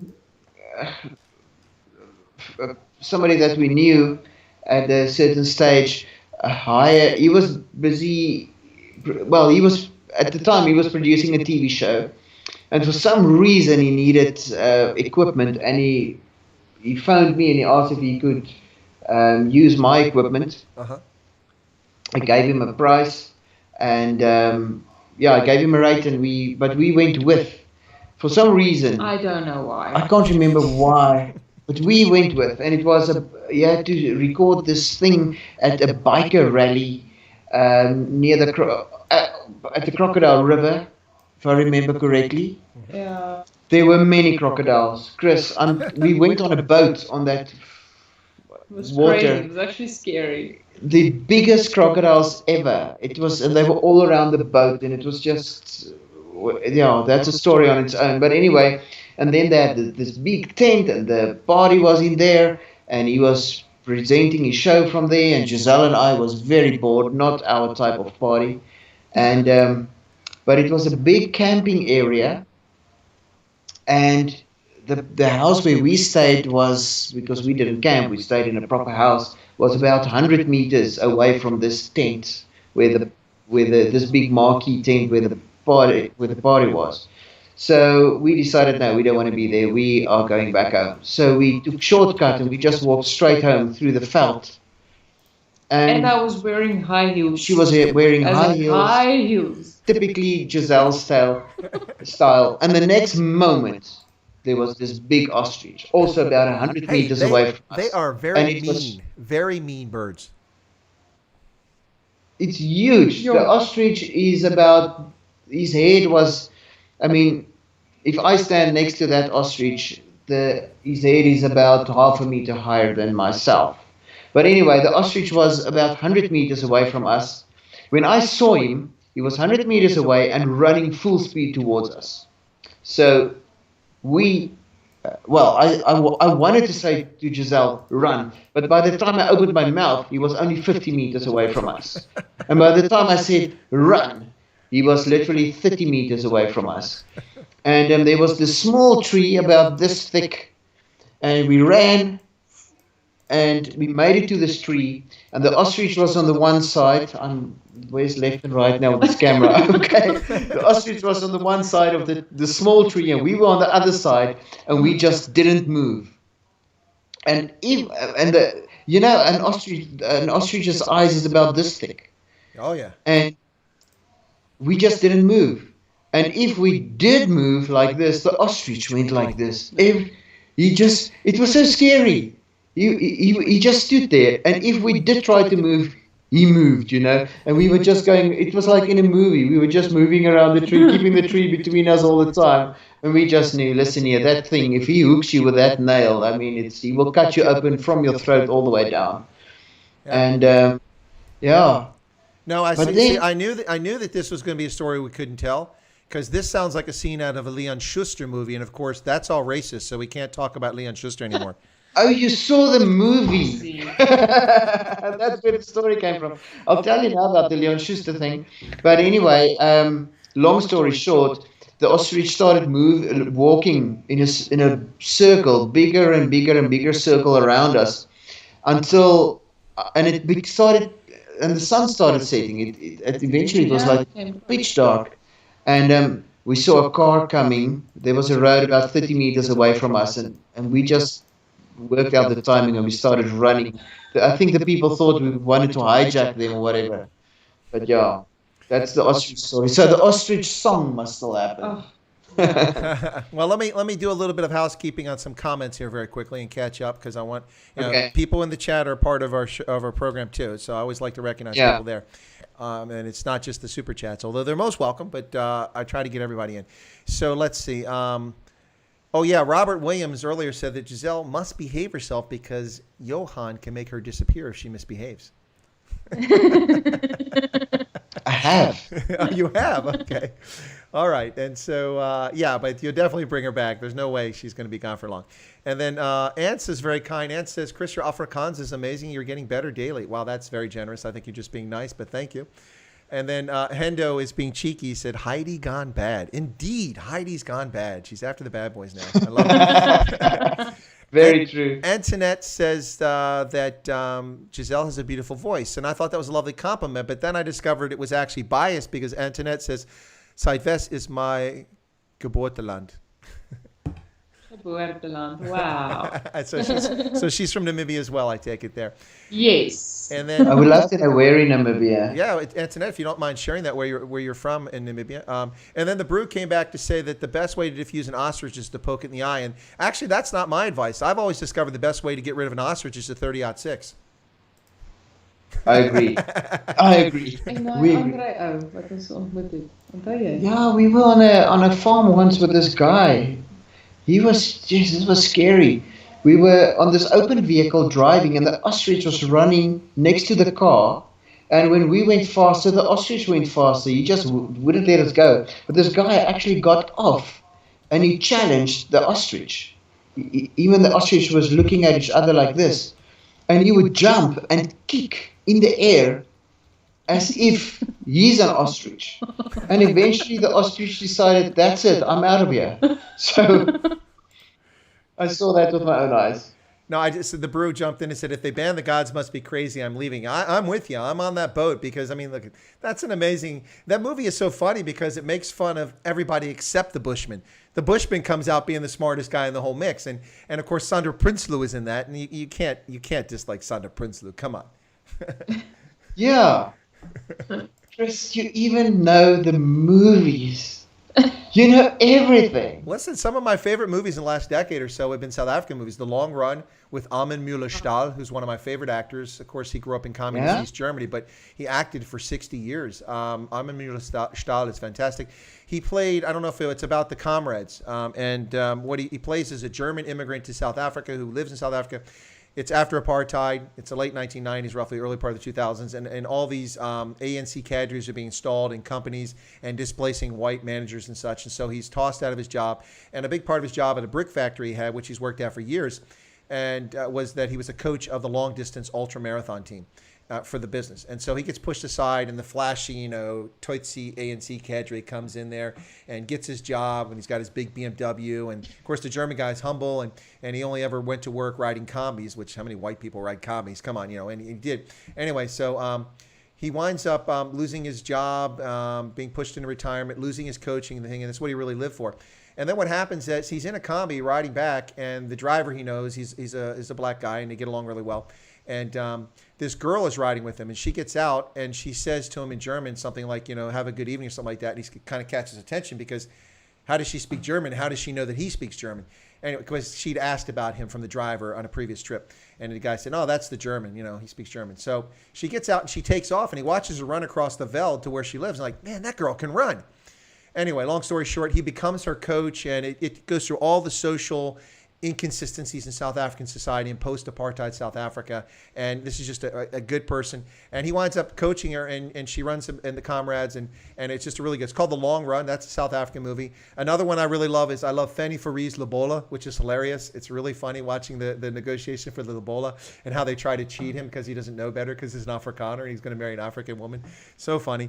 And then White Wedding. I was hysterically laughing my bottom off. And actually, the actress who plays Doctor Who now was in that. She played in The White Wedding, which is a South African movie. I don't know if you saw it. It's about this black guy who's got to get to a wedding. He's marrying a girl in the Western Cape, and he's over in KZ, or he's in Joburg. He's flying down to KZ to pick up his friend who's his best man. His best man's a womanizer. He's got 3 women in bed with him. He wakes up half drunk, and then he hears his car being smashed outside from his girlfriend who's bashing in his car, his nice luxury car. So they have to get another car. They go cross country. They have to go out in Eastern Cape to see the family. It's called White Wedding. It's hilarious. South Africa cinema can be very good. It can also be very boring, but it can also be very good.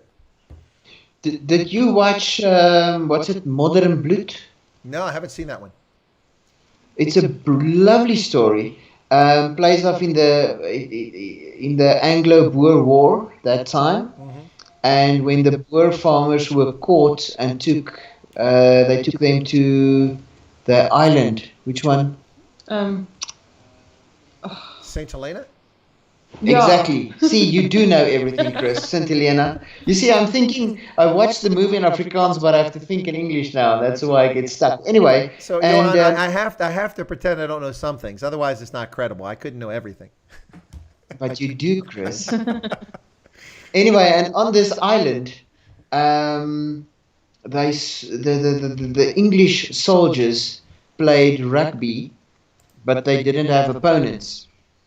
And the Boer Afrikaners didn't even know the game at all. And but long story short, to save one of the Boer farmers' lives, they make a deal with the English that they will play rugby against them instead. And they did, and they had to give the team a name, and they chose the name the Springboks. Ah. And that was actually the first game between South Africa and England. Springboks, and the Springboks won.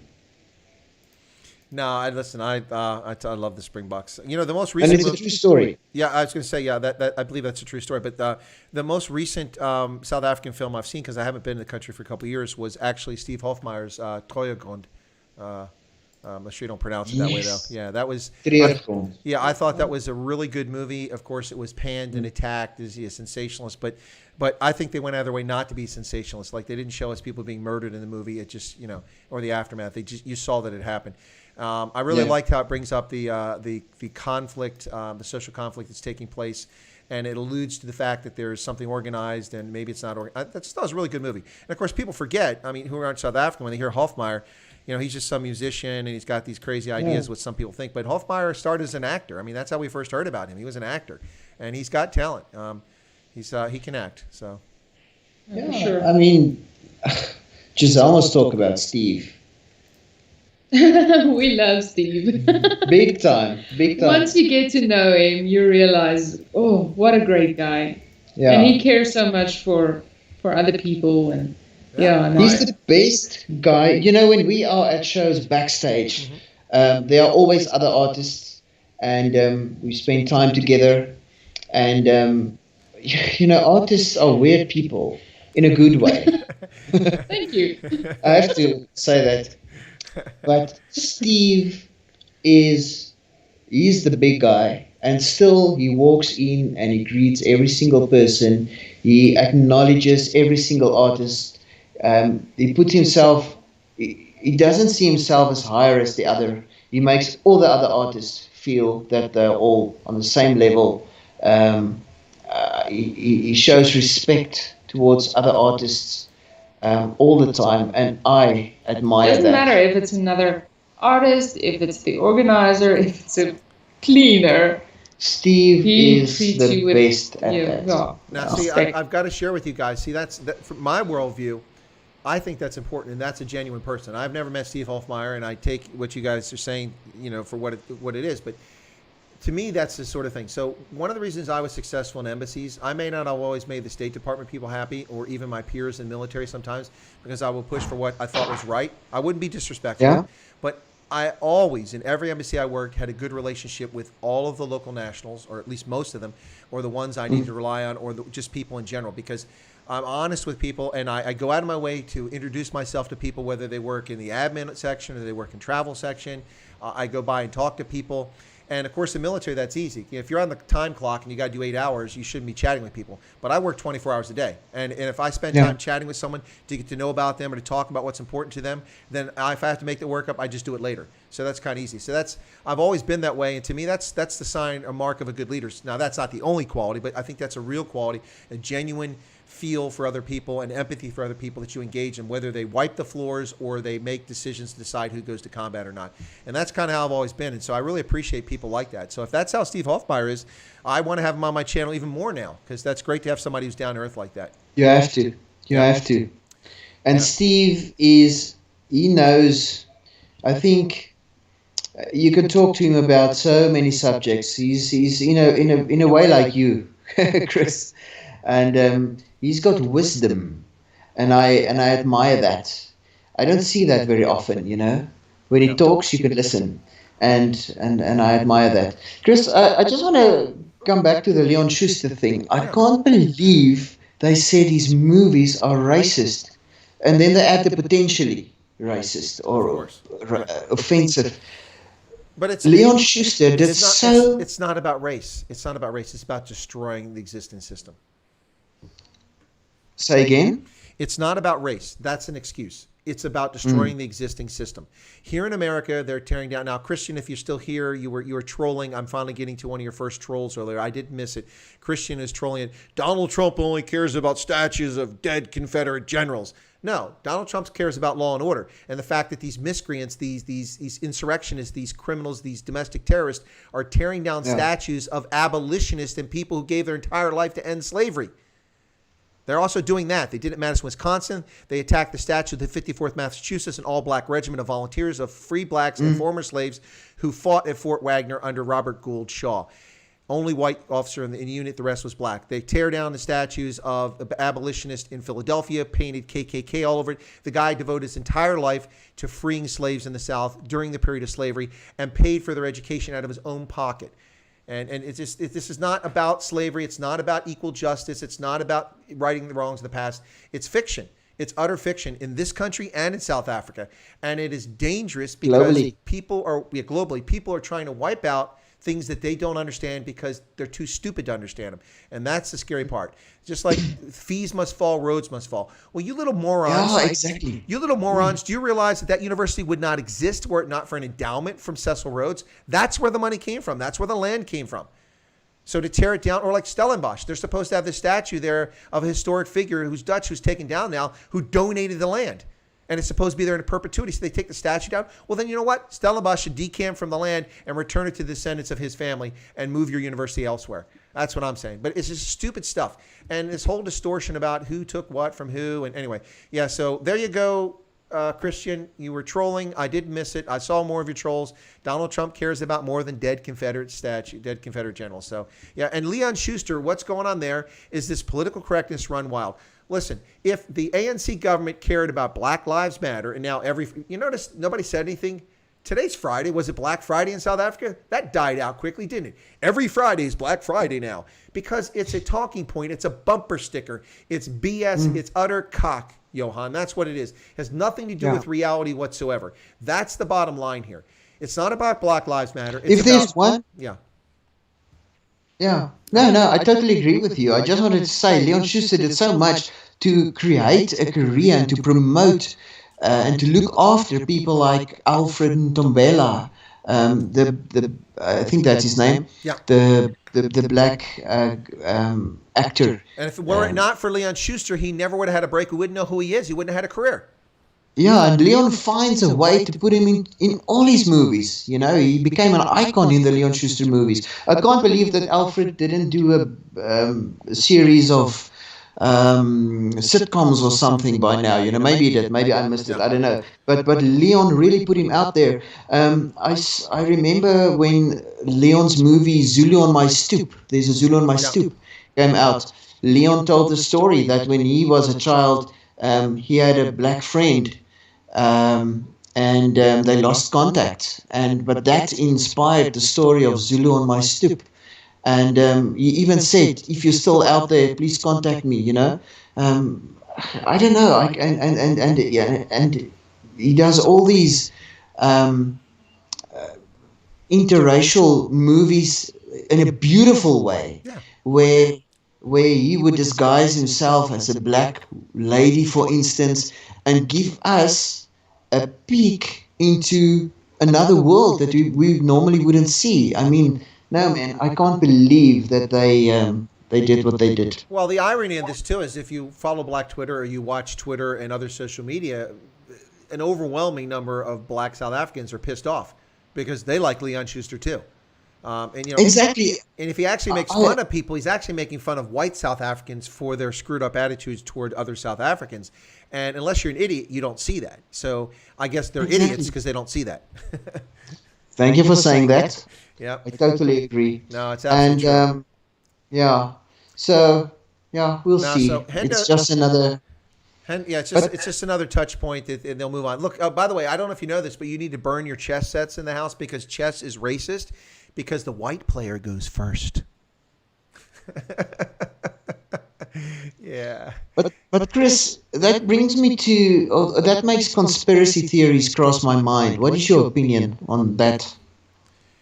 Which conspiracy theory? I will say that Yeah. it's not a conspiracy theory that here in the United States there is a armed insurrection taking place being orchestrated by global interest and by domestic terrorist groups like Antifa. Finally, the anti-fascists have been declared a terrorist group, and also groups like Black Lives Matter who don't give a crap about black lives. You know, they distort the truth and lie about things. It's a narrative. And the sad part is all too many young people who've received propaganda instead of proper education in school. Exactly. They've not been taught to think.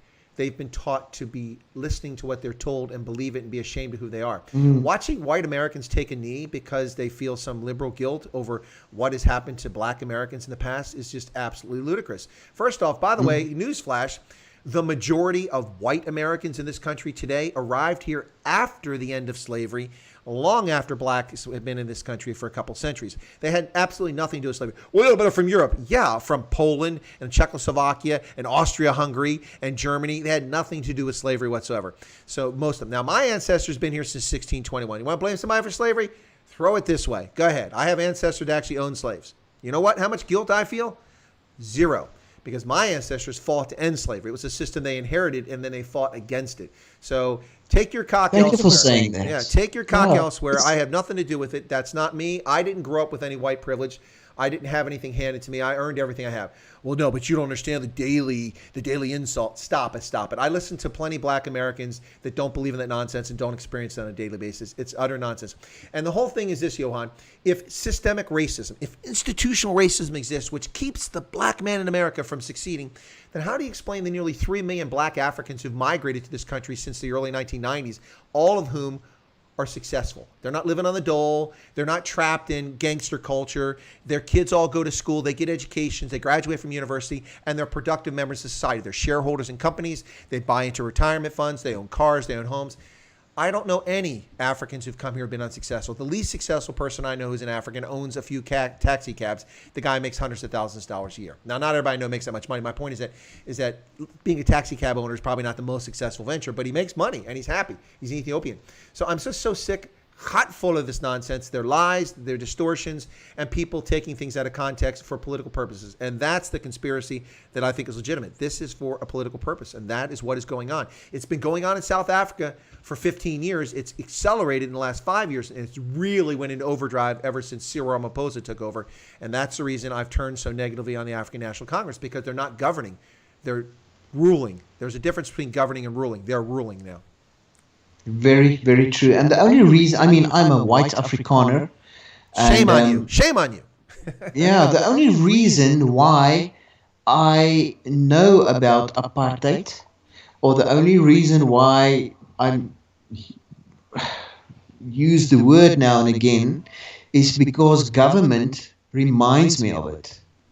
To me and to other white people of my age and younger, maybe even a bit older, apartheid doesn't exist and didn't exist because we never saw it, we never experienced it, we don't know how it was. We know about it because the news, every single speech of government officials reminds us and teaches us about apartheid. They are promoting it more. It would have been history a long time ago, but they are keeping it real, and I don't know why. No, it's utter nonsense. So I'm going to feed a troll here real quick, if you don't mind. I need to feed this troll because he's trying to have a little fun here, and just to show that I am paying attention here. So let me just a second. He got 2 comments. I want to make sure I get the other one. Okay, so my troll that who's actually become a subscriber to the channel. So thank you for doing that, Christian. But you are trolling again, and as you know, I don't ignore the trolls. I will feed them now and then. So here's your little morsel.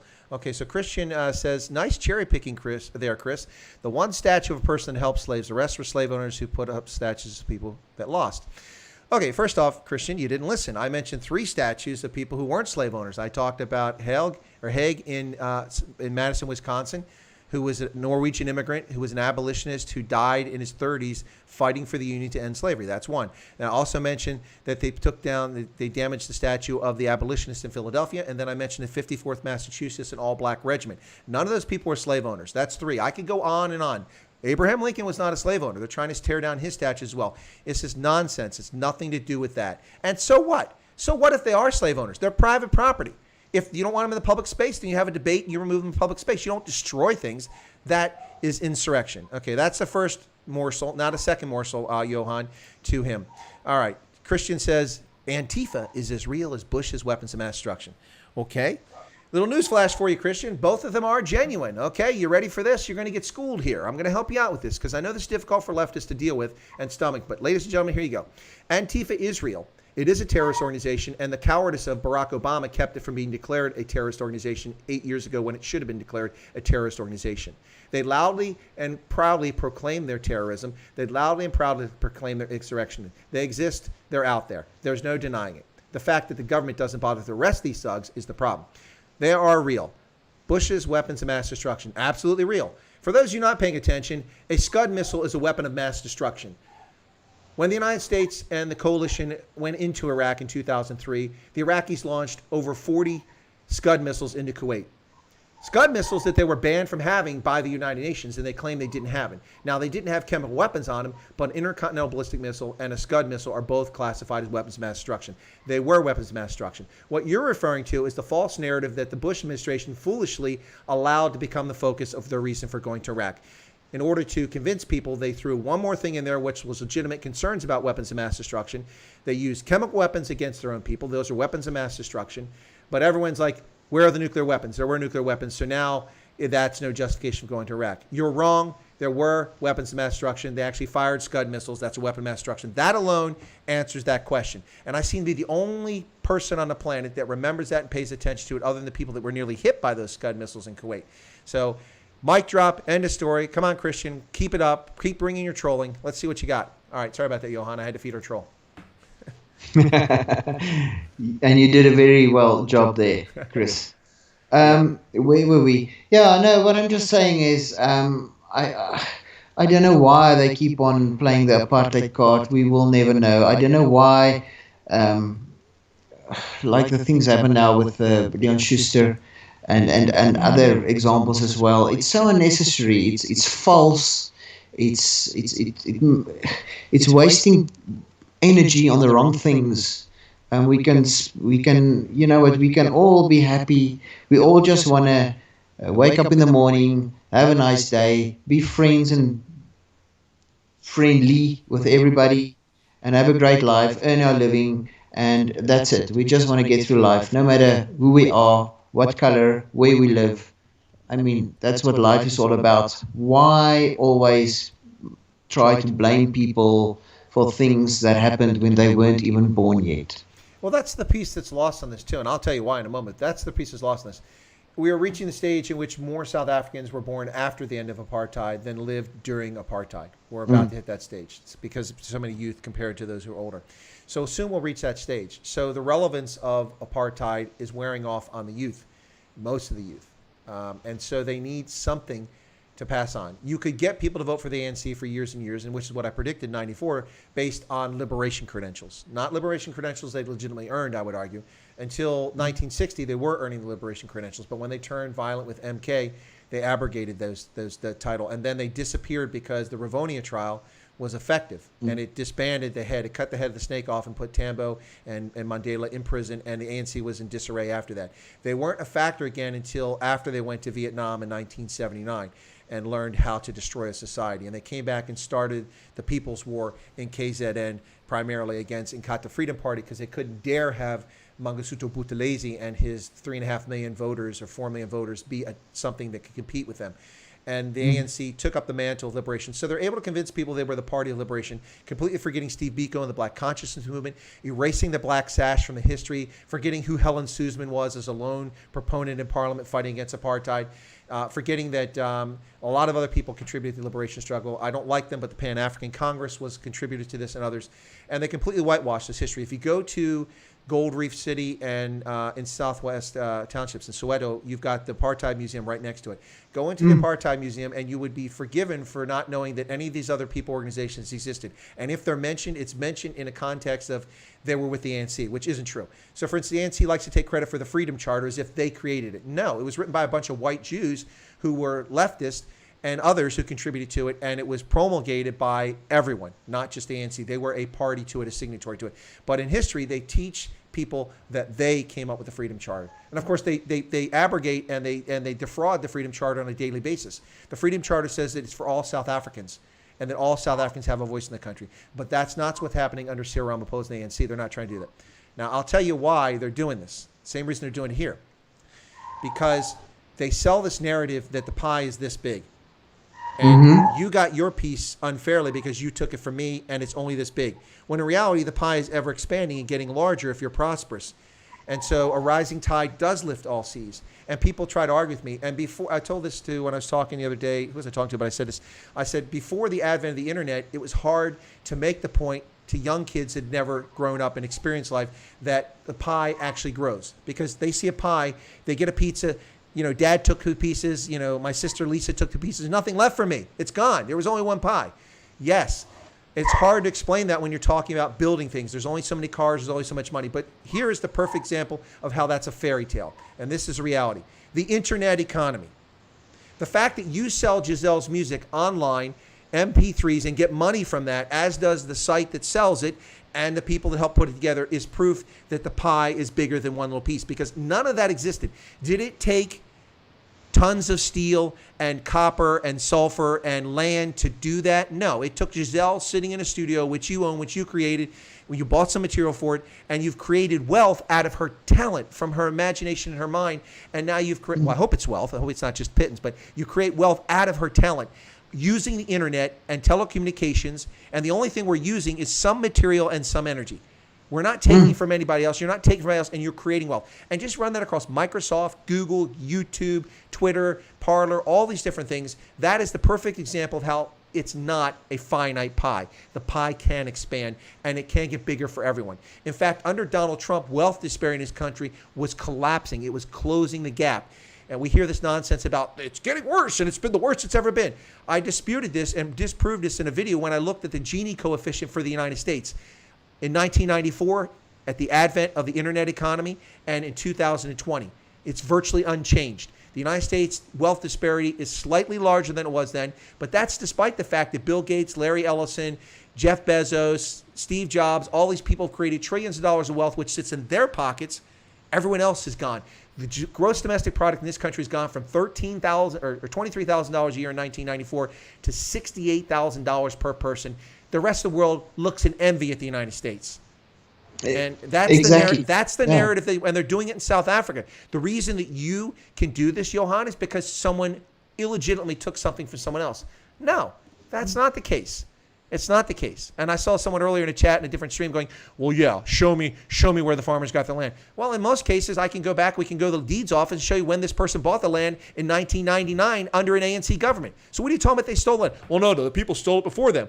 Listen, we could play this game going back into 3,000 years. Someone always stole the land from someone else, whether it was Bushmen or it was Khoi, it was San, it was Europeans from Bantu, Bantu from Europeans, whoever it was. Someone's always taken land. You have to pick a reasonable point in history in which you have to say enough is enough. We go from that point. And there was no country of South Africa before 1910. That's why my date is always 1910. The Union of South Africa Act is the first time the country of South Africa existed as a political entity. Before that, it was the Western Cape Colony. It was KZN. It was Natalia briefly. It was the Transvaal Republic. It was the Orange Free State. It was the Basotho Kingdom. It was the Venda Kingdom. It was the Zulu Kingdom. It wasn't a country. But the Brits made it a country in 1910, whether people wanted it or not. They tried reconciliation. They brought the Boers back in. Jan Christian Smuts became the leader of this country at some point. Louis Botha was a leader. The list goes on and on. And the point is that before that, it didn't exist. So you can't go before 1910. And at CODESA, Cyril Ramaphosa, speaking for the African National Congress, agreed that 1910 was the appropriate date. No land claims before that. And now all that's out the window now because the ANC has failed to do land reform effectively. They've done it, but they haven't done it effectively. And that was a long time. And look at that. I didn't breathe once. Your turn, Johan. Chris, I totally agree with you. I'm sitting here thinking that there was a time when the people living in Africa, South Africa, were nomadic. They were moving all the time. They never proclaimed land, never bought it, never owned it. They just went where nature sent them. and then Europeans came and said, okay, now we are going to draw lines on a map. We are going, and they actually bought the land from the people who didn't actually own it. You know what I'm trying to say? They lived there because they were nomadic. Yeah, it's the same. You know what I'm saying? Oh, it's the same in New Amsterdam. They like to make fun of the Dutch were clever. They bought New Amsterdam for $24 worth of baubles. Yeah, from people that didn't own the land. They didn't have a concept of land ownership. They moved from place to place. Yeah. Anyway. Yeah, so that's the whole point here. But anyway, there's nothing that we can change about it. I mean, I'm thinking of if you have a country and you have people, different groups living in the same country, and they decide that they want to divide the country into smaller partitions, and govern it basically as separate countries within a country. Some people will call that apartheid. But then a country like Israel comes up in my mind immediately, because isn't that more or less what's happening there? No, okay. Let me set that straight, because in fact that was something that came up today. South Africa's Chief Justice should retract his pro-Israel comments or resign. This was published today in some site called the Memo Middle East Monitor. Yeah. Anyway, South Africa's Chief Justice come under intense fire for publicly expressing his love for Israel. Mohang made his pro-Israel comments on an online platform hosted by the Jerusalem Post, and has come under heavy attack from numerous human rights organizations, legal officials, and the governing African National Congress. So guess what? Without reading his statement, I already know that whatever he said is probably valid because of the people who are attacking him. There is no apartheid in Israel. That's utter cock. It's nonsense. I've lived in Israel. I've been there. And I can tell you that it is an integrated society. It is the Palestinians who refuse to participate because they refuse to accept a Jewish-led state. Israel is a multi-party democracy, and there are Arabs who sit in the Knesset who are elected to office. It is not segregated. Arabs live in neighborhoods where Jews live all over the country. Muslims live all over the place. That's a lie. The word apartheid is applied to Israel because the idiotic, stupid, poorly educated leftists see the word and go, aha, that's a bad word. Let's tag people with that. It's like calling someone, just but it's not an apartheid state. And the reason they get away with it is because people are too stupid around the world. There's a fence along the Gaza Strip. There's a fence in the West Bank. Well, the West Bank is occupied territory by the Palestinians. It was part of Israel. When they invaded in 1948, Jordan came over and captured the West Bank and took it from Israel. And that was divided. It was only in 1967 when the Israelis reoccupied the West Bank of the Jordan River, and it became part of Israel again. And it's been an issue all along. This is Palestinian land. It's not. That's a lie. It's Israeli land. But beyond that, the reason why these territories are divided like this is because the Palestinians, they're the ones that wanted their separate Palestinian authority, their own governance, their own state. So Israel allowed the Gaza Strip to be formed because it was primarily Palestinians, and they claimed it. And they allowed the West Bank to go the same direction, not all of it, but part of it. So that's why these things exist. And to call it apartheid is just nonsense and a misunderstanding of history. It's ironic because for decades, the strongest advocates for Israel were leftists and socialists. And then they betrayed Israel because Israel had the temerity to invade Lebanon in 1982. In 1982, after the Lebanese had been firing Katyusha rockets into the Golan Heights and into northern Israel and killing innocent people as part of their terror campaign, the Israelis said, that's it, khatfol, we've had enough of this, and they invaded Lebanon and got themselves enmeshed in the Lebanese civil war. And then, of course, later we sent Marines there to try to end the thing. Tragically, we saw what happened in 1983, the Marine bombing.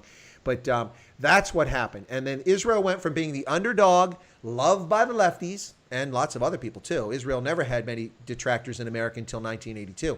But from 82 onwards, the leftists hated Israel, and they lie about Israel, and they claim apartheid and all this other stuff. And you know what? They can claim it all they want. The fact that people are ill-educated and they've never been to a place and don't understand what's going on, that's on them.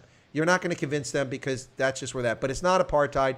That's just an effort to delegitimize Tel Aviv as the actual government there. So I've got an actual question here, if you don't mind. I got a question here from someone. It's a good question. So 1010 asked, Chris, please ask Johan about the Afrikaans channel he spoke about the last time he was on your show. Is there any more news about that channel? And yeah, I'm interested because apparently I'll be getting a show on that channel, so I'm very curious about the channel. Yeah, we're working very hard on that. Let me tell the story. We started producing TV shows, roughly a year ago for the specific channel. It is a free Afrikaans channel. It's a streaming channel, but TV channel. It was simulcast on various free platforms, including YouTube and Facebook and the company website and various other platforms that we have deals with. And the concept is to have free Afrikaans TV in the palm of your hand, 24 hours a day, wherever you are in the world. And it will include everything from news, talk shows. We've produced lovely action-packed adventure shows already. Yeah, so it's basically the full, a full Afrikaans channel, music shows. Yeah, so we will be launching the channel in September. I think it's the week of the 25th of September, roughly 13 weeks before the end of the year, because TV always work in 13-week cycles. And the original plan was 1 year, because it's a linear TV channel, like normal TV. But the plan was to launch 1 year later an on-demand system, similar to, Netflix. But because of the lockdown, we decided to launch the on-demand system earlier. So we'll be launching that very soon, and you will be able to watch free of charge certain shows already, even before we launch the linear channel. I hope that answers the question. No, I think that does. Thanks for sharing that.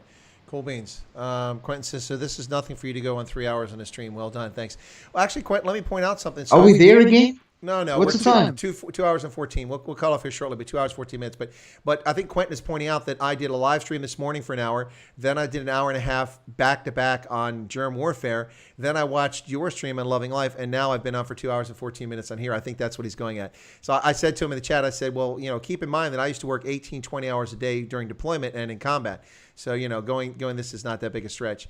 But what I was going to say is, remember on radio programs here in the U.S., our radio commentators are on for 3 hours. But to be fair, they get lots of commercial breaks and stuff like that. I'm not really getting those. But anyway, so yeah. So they're just like, so I think a couple of people came back because we surged. The number of people watching went up a little bit.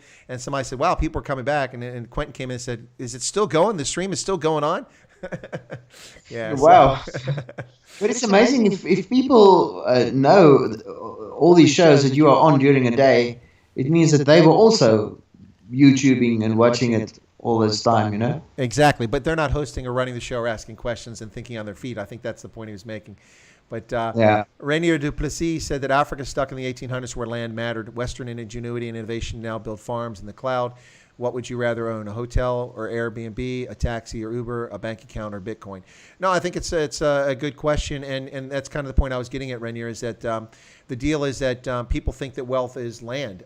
Historically, wealth was land when we had monarchies. We don't have monarchies except in the e-commerce capital of Africa, Eswatini and Lesotho. Mm-hmm. There are no other and Morocco, I should be correct there. But beyond that, there aren't other monarchies left around, except for Europe and their constitutional monarchies. But monarchs don't rule in that sense anymore.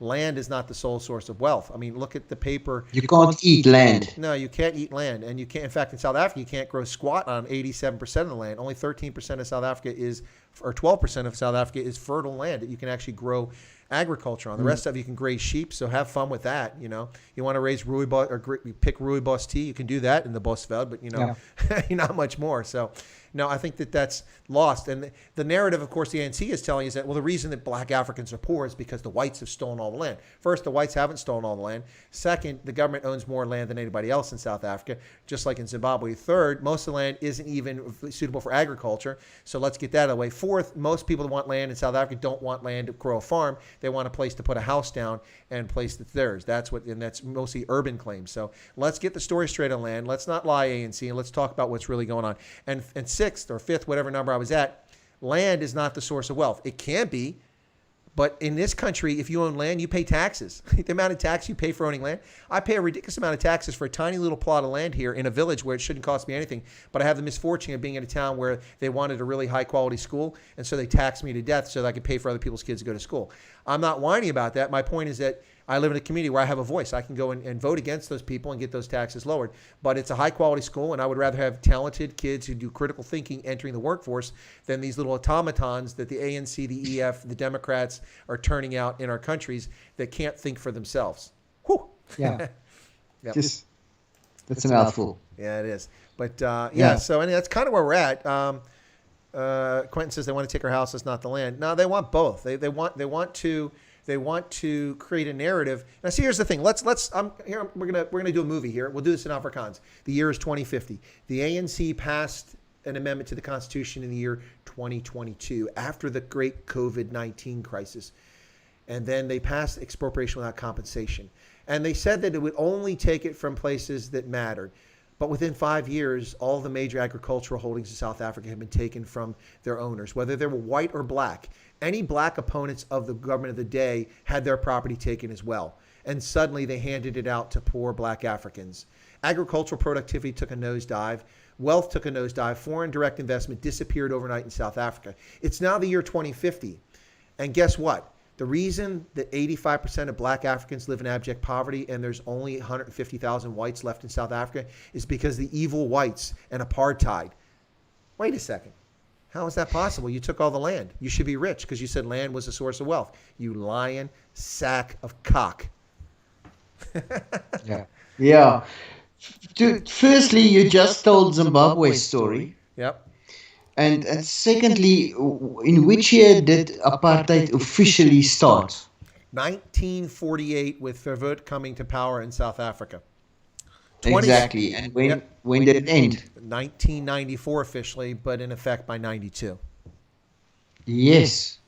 So, and since then, how many years is it? Since 92? 26 years under the ANC. Okay, that's nearly as long as apartheid was there in some form or another. Yeah, but now you're losing the plot, Johan. You forgot it's Jan van Riebeck's fault. Because Jan van Riebeck setting up a refueling and refitting station in the Cape of Good Hope had a disastrous impact on the Zulu and the cost of living thousands of kilometers away. But Zuma said in Parliament that when van Riebeck arrived, he arrived in that very city where he was standing, where Zuma was standing giving that speech in Parliament, as if Cape Town even existed when van Riebeck arrived. No, there was nothing there. Just like, this is what I get a kick out of too. Now, you live in Pretoria, so you're going to enjoy this. Listen, nothing against Shwana. Yeah, that's cool. I mean, if you want to name a place after Shwana. But there was no permanent settlement in what today is Pretoria until truck boers arrived there and established a settlement. There were transitory settlements, but there was no town, no village. And it was established by white truck boers. They founded it, and they built the city there. Not Africans, but truck boers. But now to hear people say we have to give it, that it's wrong. It's named after Andries Pretorius because he was a pioneer in the truck boer movement, and he was an important figure in Afrikaans history and in the Transvaal. Hence the reason it's called Pretoria. Renaming the city Shwana is a joke. No disrespect against Shwana. Name some other place after the guy. But to name it after a mythical chief, there's no written documentary evidence of it. It's simply an oral history, which may be true. But to rename it, South Africa looks like the joke of the world. Absolutely. Look, you got a town. Yeah, but the same goes for street names and town names and all of that. Well, exactly. I mean, in fact, I used to be able to find the American Embassy. It was on Schoeman. Now it's on Francis Bard, What the heck is this? Where did Schoeman go? Nowhere. They just changed the signs. But the point is that if you got a town name begins with a K and it's K-Dorp, okay, I get that. That's just wrong. That should be renamed. It never should have been named that. All right, I get that. But to just simply wholesale name places where Africans didn't even live or establish communities and pretend that it was just, if you want to rename Alexandria to an African name because it's overwhelmingly occupied by black Africans, I'm cool with that. But they don't rename Alexandria, do they? They haven't renamed. You notice that? No one's tried to rename Alexandria. I mean, that's named after a Greek, emperor, Alexander the Great. I mean, that's probably not what it's named after. My point is that's where that name comes from originally. So why aren't they renaming Alexandria? They're not, but they're renaming Pretoria. Anyway, it's just silly. It's all part of what's going on here. So we got a comment. Mama Lodi. Yeah, go ahead. Sorry for interrupting you. Mama Lodi, the black area in Pretoria. The name was given Paul Kruger when he was still alive, obviously. Used to walk next to the river here, and he enjoyed the birds and the bird sounds, and he would imitate the bird sounds with his mouth. and the black people called him the guy that makes bird noises with his mouth. And in their language, they said Mamelodi. So Mamelodi is actually named after Paul Kruger, Oh, okay, cool. but they're not going to change that. Yeah, because they're too stupid to know why they actually call it that. Yeah. It's funny. Now, the Brew is jumping in and says that apartheid only became law after Verwoerd. No one's disputing that, the Brew. If you pay attention to my comment, I said the era of apartheid started in 1948. I didn't say apartheid officially started in 1948. Verwoerd started the process of what became known as apartheid in 1948 when the National Party rose to power, in part because of the disproportional value of votes. Rural votes counted for more than urban votes under the system was established. And for the first time ever, an Afrikaner National Party, the National Party, could actually rise to the top. They won that election and consolidated their position, and he started the system that became known as apartheid right out of the gate in 1948, based on his views. And that's a fact. So I think you're quibbling, the Brew. Have another drink, my friend. Yeah. So we got Jeff Bartletti, just got up at 7:50 in the morning, so that was about 9 minutes ago, in Melbourne, Australia. I've been enjoying your show since I signed up last week. I appreciate you sharing your knowledge and insight with us uninformed Aussies. Well, Jeff, thanks for joining. Aussies aren't uninformed. You guys are pretty cool. Australia has not lost the plot. Still one of our strongest allies around the world. We love Australia. We still love Olivia Newton-John. She's still hot. She's an amazing singer. And she's quite something else. Not only Olivia Newton-John, but back in the day, Return to Eden. Big fan of that. We even got a soft spot for Paul Hogan. I will admit that many of us that aren't female do not like Uggs, so you can take those back. I don't really think they're an Australian product, but you can have the Uggs back. But no, we love Australia, and happy to share the channel with you, and I'm glad you tuned in from Australia. So thanks for subscribing to the channel. Really appreciate it. All right, Johan, so there was something earlier. Oh, this is what it was. I think Hendo said, did I cover this already? Hendo said Chris was an Afrikaner in his previous life. And then Wesley says, I'm suspecting Paul Kruger or Pete Retief reincarnation. And what I was going to say is that when he said I was an Afrikaner in a previous life, I was going to start telling this story about this gentleman that on my trek that I met. And we had a mini braai. We enjoyed some vlees, and it was lovely. And they had some homemade brew. And we talked about settling in his lands. And this king gave us the right to settle in his land. In fact, he signed this treaty, and my good friend Dingane betrayed me. Yeah, that's a spot on story there, Chris. Pete Retief. You know what? I'm an Afrikaner, Yep.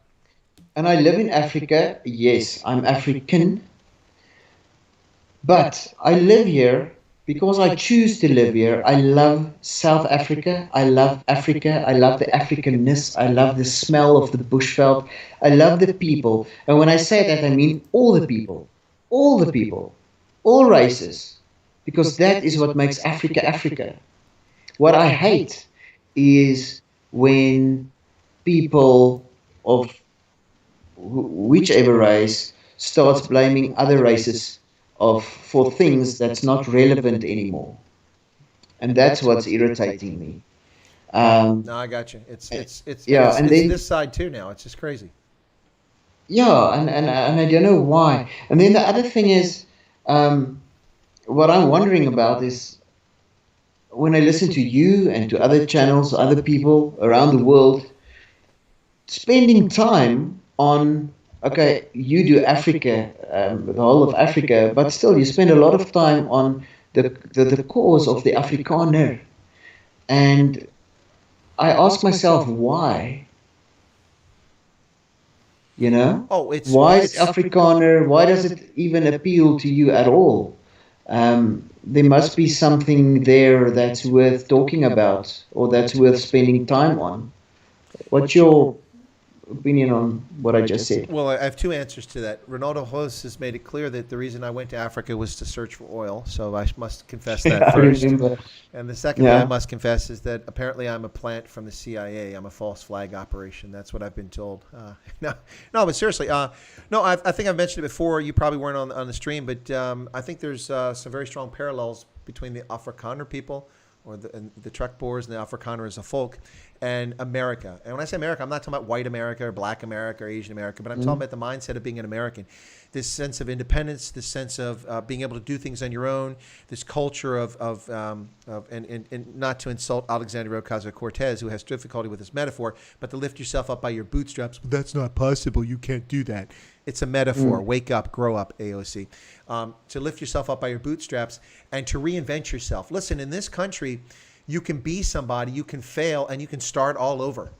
And if you don't feel comfortable starting over, you have unbound space, limitless space to expand and go elsewhere in the country and still be in the same country with the same rules, the same constitution, and the same sense of security, and reinvent yourself. It happens on a daily basis for everybody.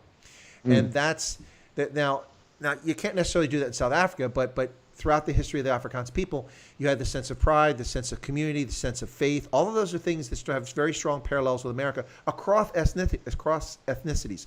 So black Americans tend to historically be very religious, predominantly Christian, very religious, church-going, respectful, that sort of thing. Yeah. The They love their family's important. singing. The family's important, and also you listen to your parents, your mother specifically, and your grandparents. Now that's all been eviscerated and destroyed by nonsense in the last 6 or 7 decades in this country. Not the religion necessarily, but the respect for your elders and fathers and things like that. But that's traditional, and that's black Americans, and it's the same with white Americans. And we've long had this respect for liberty and freedom, and we're weary of oppression of the state. The reason the Trek Boers existed is because they were hot full of the English colonial authorities taxing them and telling them what to do, and telling them every time that the Xhosa attacked them that, well, you can't respond. What do you mean you can't respond? They attacked and murdered my children, and they took my land. I'm going to take it back. That seems reasonable to me. And the Brits are like, no, you can't antagonize them. I didn't antagonize them. They came here first. Now, there are cases, of course, the other way around, the Afrikaners do. But my point is that they were tired of the British, so they packed up their crap and they moved up north. And they moved away from authority. And they kept doing it. I mean, some of them kept going. They went to Kenya eventually in the 20th century. They went to Angola, and they just kept going. So a lot of that's very similar to Americans. And I find, and I'm reading that book, The Covenant by James Michener, when I was in high school, really opened my eyes to that. And also because I knew a lot about American history at the time. And so I saw parallels and I saw interesting things. And for me, well, listen, you say that I try to do a lot and speak well of Afrikaans and the Afrikaner community. I do. But it's not the only folks in South Africa that I care about. Like I say, I care about all South Africans, but I have a special affinity for the Tswana people. And I had a guest on my channel last week, Odin Moja, who's a computer programmer based in Pretoria. He's an ethnic Tswana. And he had him on here, and he's got relatives in Botswana, where I used to live. We talked about that. I like to see those folks do well. And also I have a special affinity for the coloreds. Almost every colored person I ever met from South Africa is an interesting character. They have a great sense of humor, like Afrikaners. And they're just interesting to be around. So I have affinity for them. Nothing against Xhosa or Zulu. I have nothing against them. I know fewer of those folks. And maybe if I knew more of them, I'd have a stronger affinity for them. My point is that it's just unfortunate that people try to bifurcate and divide everybody into this group, that group, do this, do that. You know, it drives me nuts. And here's the thing. People are different. It's okay. It's okay to be an Afrikaner. It's okay to be Venda. It's okay to be a Griqua. It's okay to be colored. There's nothing wrong with that. And people should be proud of their heritage. The fact that somebody did something bad 352 years ago has no reflection on you. We in this country don't live off the sins of our fathers, although there's an effort today to make that the case.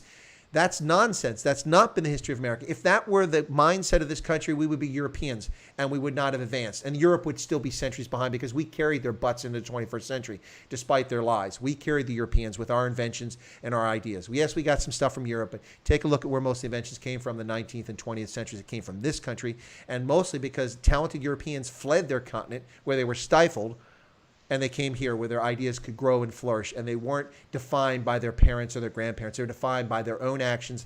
And as Martin Luther King said, the content of your character. That's what matters. And that's what should matter in the modern world. But the leftists are getting control, and they're taking over. And when they're not in control, they're using the media as a platform to distort reality and destroy lives the world over. Distort reality. That's the word.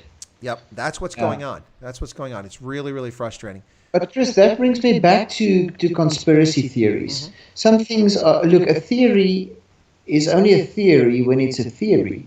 There's a difference between fact and theory. When people stand around a braai fire and just talking, with brandewijn in the hand, people come up with very clever things. All those things can be seen as theories. Not many of it can be seen as fact, but there's a difference between fact and theory. And you mentioned earlier that many things, and you named it, aren't theories, it's facts. But there are theories out there which are not true. And what do you do when people believe those lies as the truth, and they live by it, and they start pulling the world in a direction that doesn't even exist?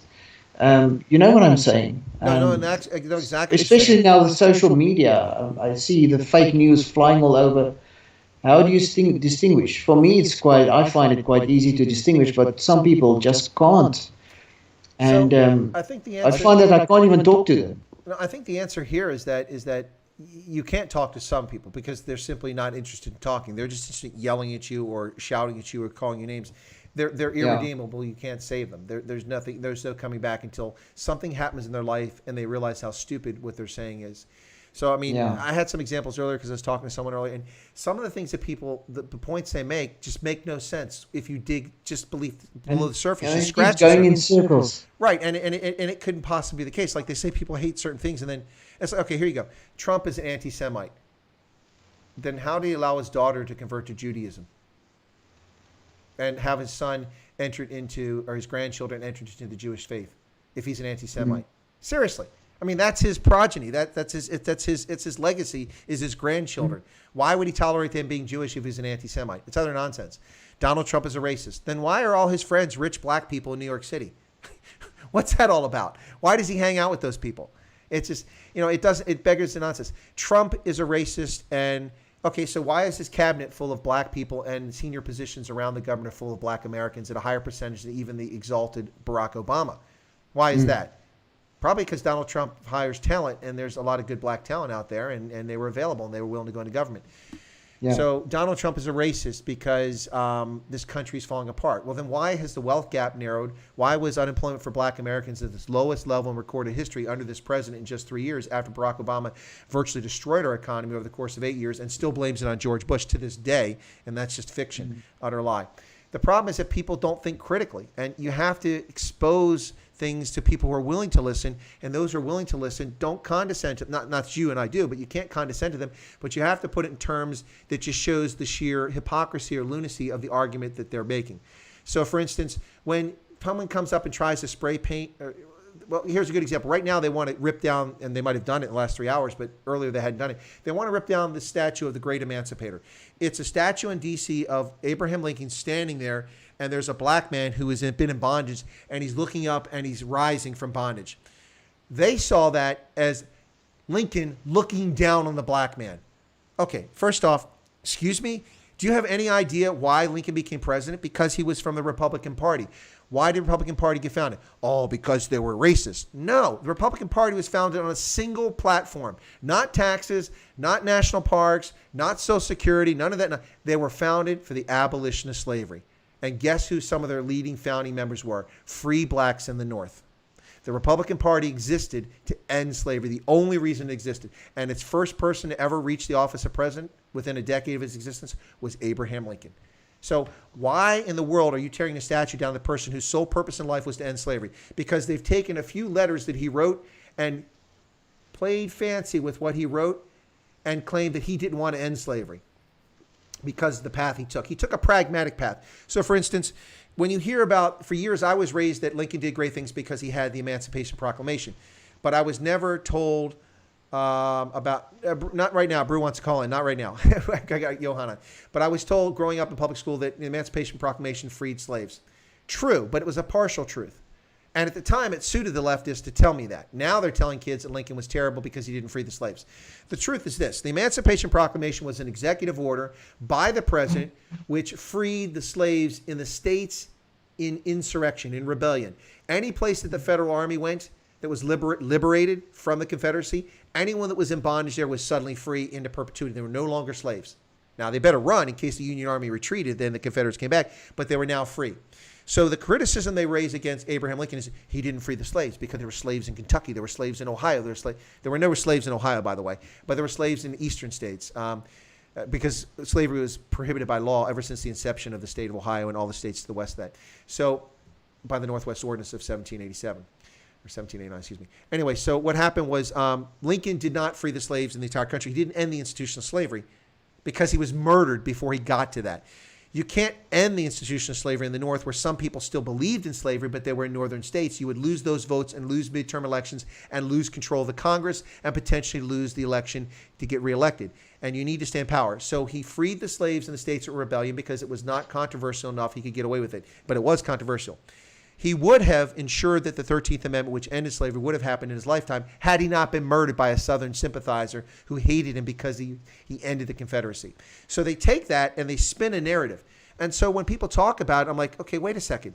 What you're saying makes no sense. The only reason he was president was to end slavery. No, it wasn't. Go back and look at the history. That's why the Republican Party exists. But the problem is that the propagandists on the other side have so successfully convinced people of something that's not true that people believe it's true without even questioning it, without even using critical thinking.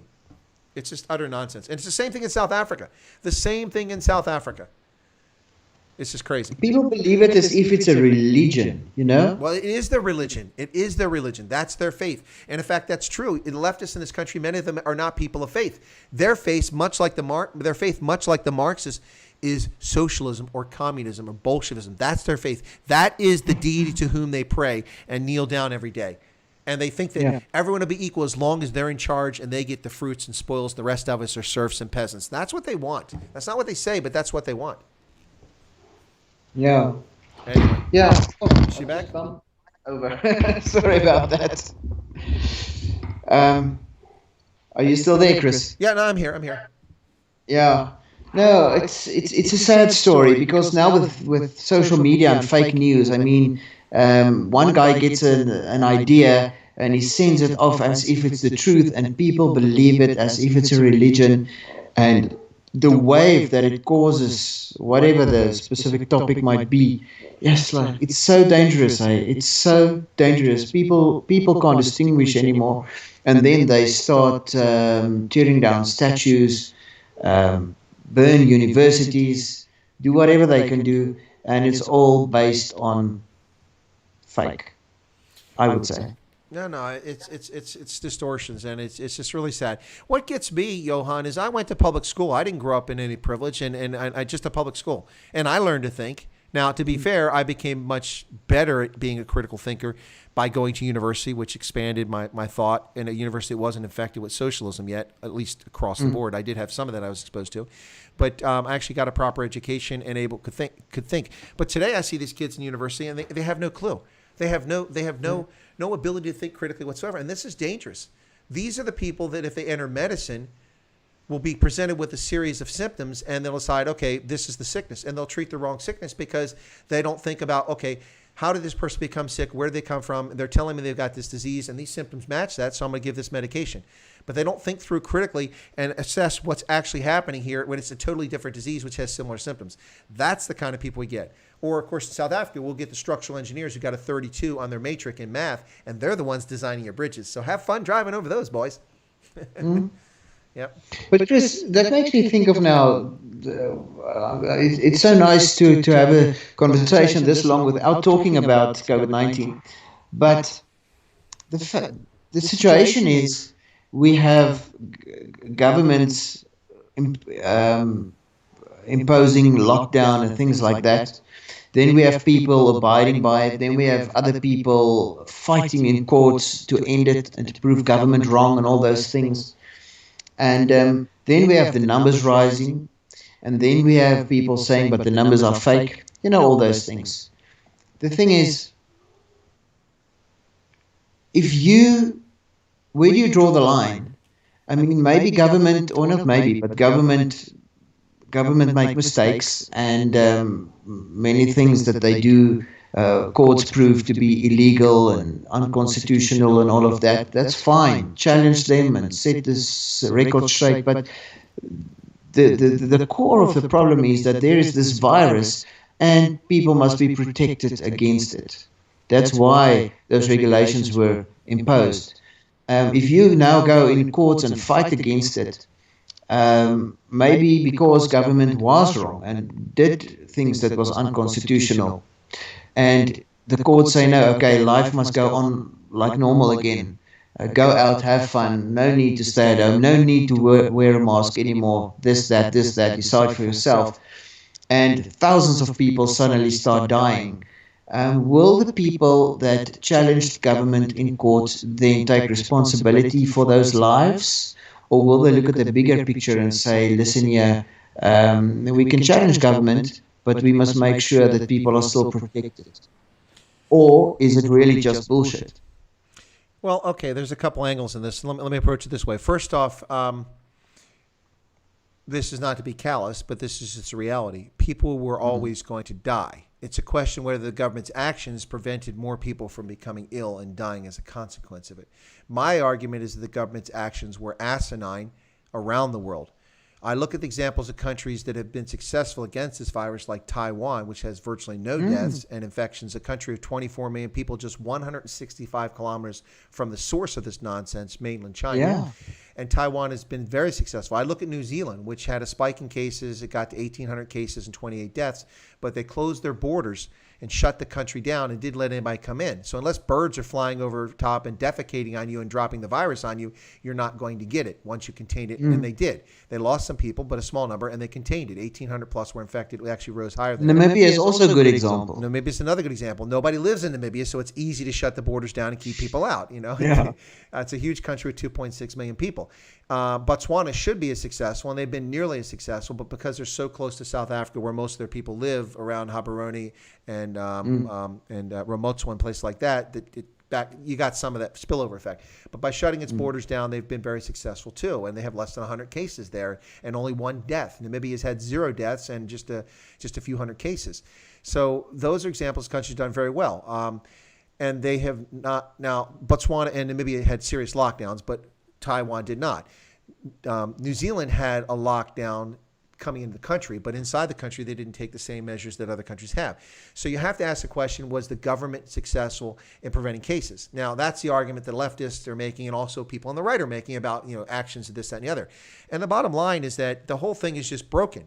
First off, the government has been repeatedly wrong about virtually everything they've told us, whether it's the World Health Organization under bonehead Dr. Tedros, who's in the back pocket of the Chinese Communist Party, or it is the Chinese Communist Party lying to us to this very day about what's going on, or it is the federal government here in the United States with Dr. Fauci, who I think works for the mob in New York, Dr. Fauci.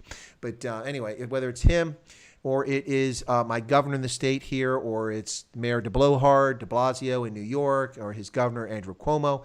Take the list. Jay Inslee in Washington. They've been wrong. They told us that, first off, that you couldn't transmit it human-human in January. And they try to deny this now, but it was on their website until March. It's not transmittable human-human. There's video of Dr. Tedros saying, the Chinese have done a wonderful job containing this. Late January, by the way, 3 days before Trump shut down travel from China. The Chinese have done a great job. They've done an amazing, we should commend them. Sorry, I'm busy licking his boots. Okay. Now we should clap hands and commend the Chinese for the great job they've done. And oh, by the way, you can't transmit it from human. Then what's the problem if you can't transmit it? Then they told us that the fatality rate was 3.4%. That's a pretty high number. It's actually 0.1 to 0.2%. Far lower. To this day, the number of people who've died from this disease after 8 months of this starting in November in China, around the world, is less than the people that died from malaria last year. 620,000 people died from malaria last year. 800,000 people died. Now, they'll say that's because of government action. But I dispute that. And the reason I dispute that is that because instead of protecting the vulnerable, which is you normally do in a disaster, you protect the people most vulnerable. If you have a tornado coming, you don't go out and put wood around your Mercedes. You put wood around the windows of your house. You get in your Mercedes. You drive to a safe location. So you protect the vulnerable. Instead of protecting the vulnerable and isolating the vulnerable and taking care of them in society, we've destroyed social bonds. We've locked people down around the world. We've put people together who don't spend 24 hours a day, 7 days a week together, and created domestic violence, incest, depression, suicidal action. We've caused all these problems along with destroying entire economic systems. That's what's happened here. So my argument is that the government's actions need to be challenged because they're wrong. Oh, by the way, your pets can't get it. Oh, now you must keep your pets apart. Masks don't work. So let the Chinese buy all the protective equipment and masks and ship it to China while the rest of us are in the dark. Oh, guess what? You need a mask. Well, there are no masks because the Chinese got them all. We shipped them from America to China in January. Okay? Well, now you'll get arrested if you don't wear a mask. Make up your damn mind. You people don't know what you're talking. Believe in the science. Your science is wrong every day. And you know what? Science is wrong. You have a hypothesis. You test the hypothesis. You disprove it or you prove it. Then you say that's the current science. But science changes. If science didn't change, we'd think Neptune or Pluto is still a planet. But now it's just a planetesimal. It's not a full. It's a dwarf planet. It's not a planet anymore because we discovered hundreds of planets in the Kuiper Belt, which we didn't even know existed 30 years ago. We were completely blind to the Kuiper Belt. Science changes all the time. And to listen to these leftists try to tell us that we're science deniers because they have this faith in science, except when it disputes their notion. So, for instance, Johan, life only begins after birth, not at conception. Now, that's not science. Johan, did you know there's 77 genders? Apparently, science doesn't apply anymore. There's no male and female gender. There's hers and theirs and this and this and thisms. Come on. Those are the science deniers. Those are the people that can't accept science. Anyway, so I've gone off on a track there. Yeah, but very important things that you said there. But I'm still not sure what to make of this whole corona thing. I mean, the virus exists. It's real. Let's not forget what happened in places like Italy, for instance. South Africa now has more cases than China, where the whole thing started. No, you and don't. South Africa No, is a small country compared to no, China. No, China's just lying. You don't have anywhere near as many cases as China. You can't believe the statistics. They're utter lie. You seriously believe that they've only had an additional 282 cases since January? That's just utter fiction. That's a lie. They just had another outbreak of the thing in Beijing, and they're not releasing statistics on that. So no, I get what you're saying, but it's not true, and that's the problem. Is that they lie. The Chinese can't be trusted on this, and on other things, I give the Chinese a lot of credit for things, but not here. They've lied and they've compromised the entire world, and whether it was intentional or an accident, that's what they've done, and that's where we're at now. But the truth of this matter is, Johan, is that it's being used for political purposes, and that's the problem. The virus was politicized from the outset. And instead of just being honest and humble, saying, listen, Dr. Fauci came out and said, well, the best information we have is that masks are ineffective. So for the time being, we're recommending that you don't buy masks because first responders need the mask, emergency medical technicians and doctors and law enforcement, so that they can be protected from spreading their germs onto vulnerable people. So we don't have enough masks to go around. So right now we're recommending you stay isolated, away from people, and don't buy masks. And then coming back 2 months later, we found that, in fact, the masks are effective to a degree, and now they're available. So we encourage you to wear masks. No. Don't wear masks. They don't work at all. Don't wear it. And then 2 months later, if you don't wear a mask, we'll put you in prison. Oh, foot sec. Yeah. Anyway. So, yeah, that's the right word, foot sack. Yeah, I don't know. We'll see. Well, my point there was actually not Chinese lying or not. My point was actually South Africa's numbers rising. Well, they're going to keep rising, Johan. They're going to keep rising, and people have to accept it. You have to understand that. But I'm going to tell you that they would have either kept rising if the lockdown had not changed and it had not been eased. They still would have kept rising because they only got to testing more people after they lifted the lockdown and they started testing more people. But the supposition is that because they lifted the lockdown, people are interacting. But the truth of the matter is, and we've seen video footage of this, actual video footage of people in townships who never social distanced to begin with. They were never social distancing. So they were spreading the virus all along. So if you have middle income, black, colored, Indian, white, and wealthy black, colored, Indian, white people stuck in their homes, they may not be spreading it, but it's spreading like wildfire throughout the country, and they're not testing in the townships, they're not testing in informal settlements, and they're not going in rural areas like, the little shacks that are right next to that lovely house in KZN called Nkandla. They're not testing those people. So the virus has always been spreading. They just didn't have the information. It's the same story here. Now they're blaming the virus spreading because states have been lifting the lockdown. Well, they're not looking at the actual conditions of the lockdown lift. In Florida, they've lifted the lockdown conditions, but they've imposed all these distance and mask and things. So if those things work as they claim, then that's not the reason why the cases are rising. The actual reason why the cases are rising is because these people who are armed insurrectionists and mobs destroying our inner cities are not maintaining social distance. They're getting close to each other. They're spreading the virus. Many of them not even wearing masks. That's what's going on. That's the reason why we're seeing cases rise here in the States, but you're always going to see it. The problem is if you isolate the people who are most vulnerable and you take care of those people so they don't get sick, then this thing will eventually burn out. But you're going to have more cases. But that's not the Yeah. narrative. Yeah, what if, because Trump acted quite quickly when this whole thing started by canceling flights and all of that, am I right?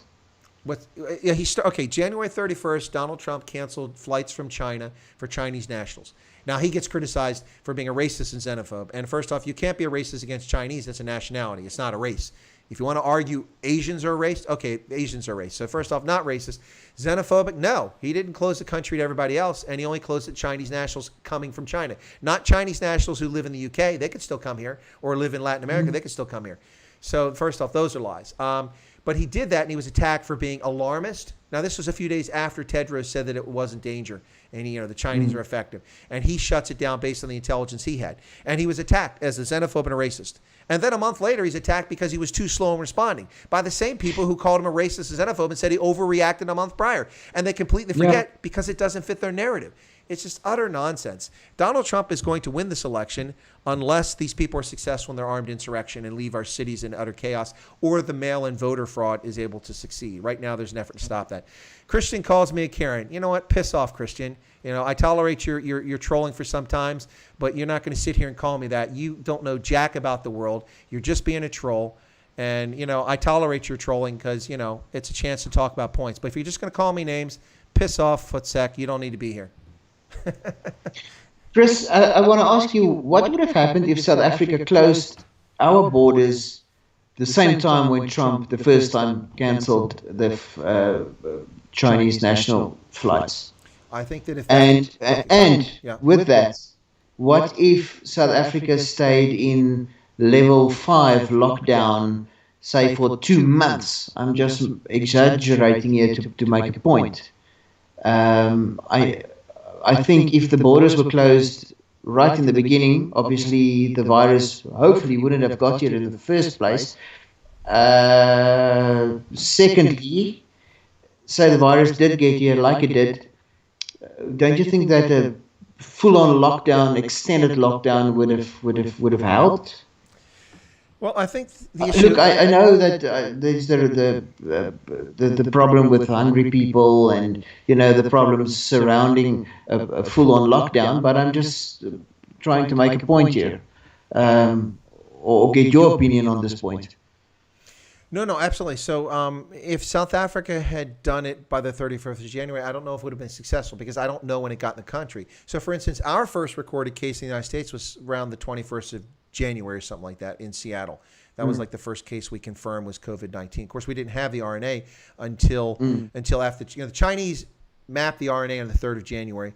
They told the world they had successfully done on the 9th of January, and they didn't give us a genome code until the 12th of January. We lost a week plus that could have been used for scientific research. And of course, in December, Donald Trump offered, and again in the first week of January, the first couple of days, to send Centers for Disease Control and National Institutes for Health scientists and researchers to China to help them in Wuhan to map this, and they were refused. The Chinese turned it down flat. So they finally mapped it, but then they kept it from the world for over a week. Why? Well, they finally gave it to us, and then once we had it, we were able to make tests to figure out, because now we know the RNA, we can figure it out. So we did that, and then our first case we determined was the 21st January. But now we found out that there were actually people in the country who had the virus, and based on a blood sample being tested after the fact, as early as the 3rd of January in Washington State. So it was already here by New Year's. So would it have worked in South Africa if they started the lockdown on the 31st January? Probably not, because it was too late in this country.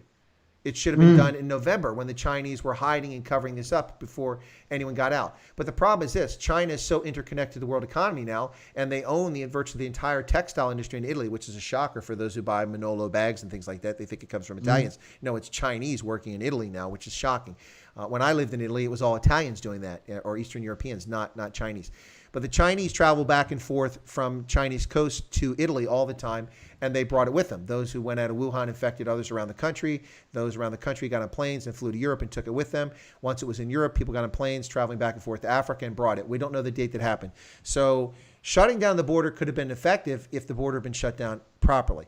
And someone just said, Zimbabwe, you don't have a border. You do have a border. Now you have a South African National Defense Force. Put them on the border, line at the border, and put guns out there and keep people from coming across and erect physical barriers. You can do it across the length. That's what the Army's for. It's been used for the past 25 years on the border with Zimbabwe to patrol. There's always a battalion that's patrolling somewhere along the Zimbabwe border. Instead of putting one battalion out, put 5 out. So, yes, you could have done it effectively.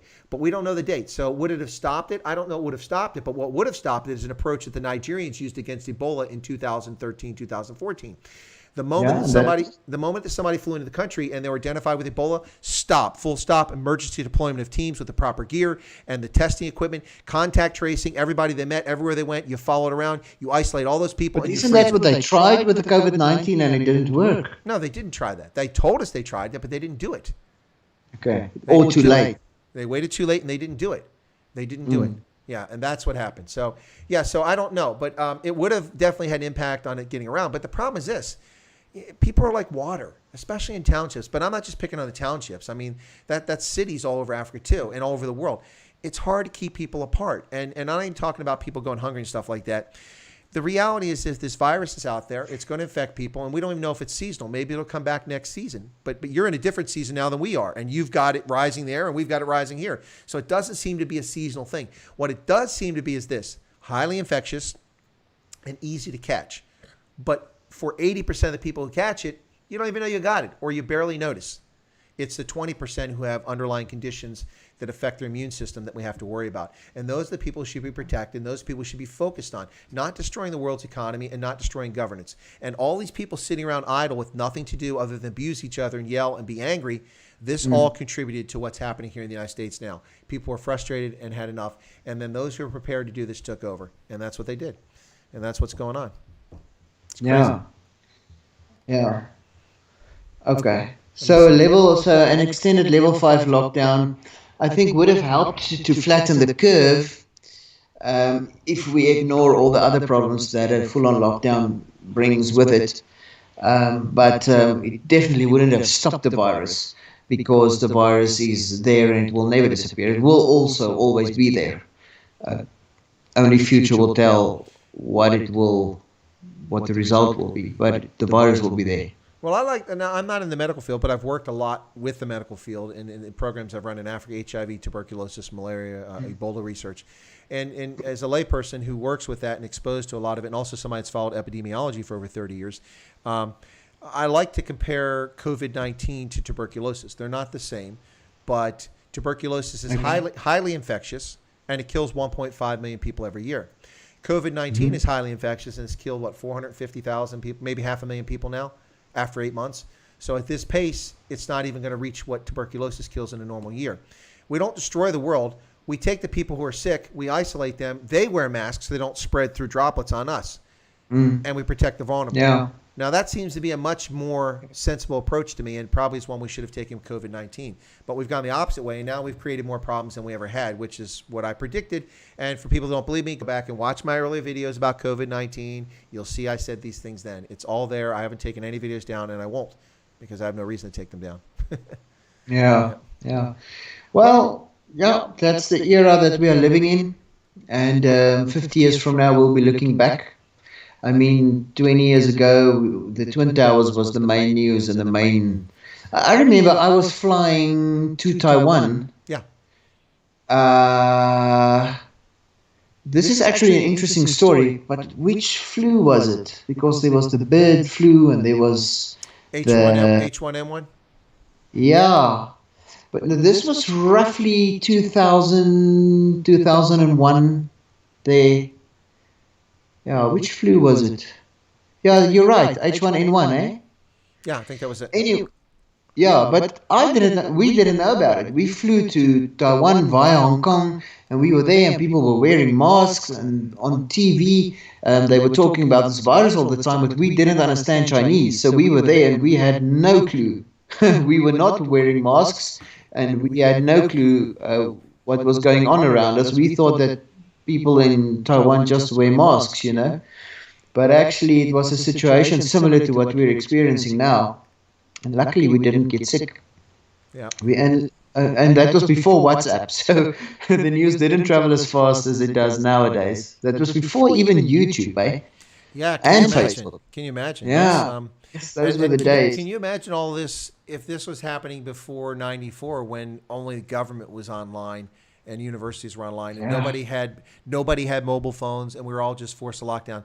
I think that it would have led to civil conflict in many countries by now if we didn't have that, because people would have been fed up and angry and poured out of their towns and their villages, and like angry villagers in the French Revolution with pitchforks going after government officials. I think that would have happened. I think one reason, ironically, that it hasn't happened is that people have outlets. And sometimes it triggers people. Like Christian thinks I get triggered here, but I'm just having fun, by the way. But Yeah. it's I think that the social media and the mass communications give people outlets, not always healthy outlets, but it give people outlets and an opportunity to see different things about what's going on and see that, well, it's not just me. I'm not the only person because I live in Kaisleta in here in the Western Cape Flats. It's not just me suffering. It's people all over the world. Okay, so I feel a sense of community, of oppression, so it's not just me. But I think that it's really made a difference in all people having access to this stuff. It really does around the world. It doesn't make it right, but it makes a difference. Yes, yes. No, definitely. And it makes me think that same trip or during that period, say, the year 2000 to 2006, even after that, 2010, I would say, I traveled to the Far East regularly. And I remember one specific flight where I think that was during the period of Osama bin Laden. We were flying, we didn't know what was happening in the world. But during that period, things were happening. And I remember that when we landed, the world was different. The news, when the people from South Africa phoned us and asked us, did you hear about this, did you hear about that? I just realized then that the world can change within an instant. And I'm not even talking about Twin Towers. I'm just talking about being vulnerable on a flight, Yeah, absolutely. No, I mean, the thing is, people don't realize is that the entire world is just several days away from mass starvation. Our food supply chain is that vulnerable at any given time. It's not like, there's just the farm produces this. I mean, it takes time, and it can take one weather event or one political conflict to upset And that then stuff. Yeah. then there's no crop. And just look at South Africa, load shedding. How much do we rely on electricity in the modern world? 630 million Africans have no access to electricity whatsoever. They know what I'm talking about. So they can't refrigerate vaccination or vaccines. They can't refrigerate medicines. They can't refrigerate food to make it last longer. So they have to kill what they need every day.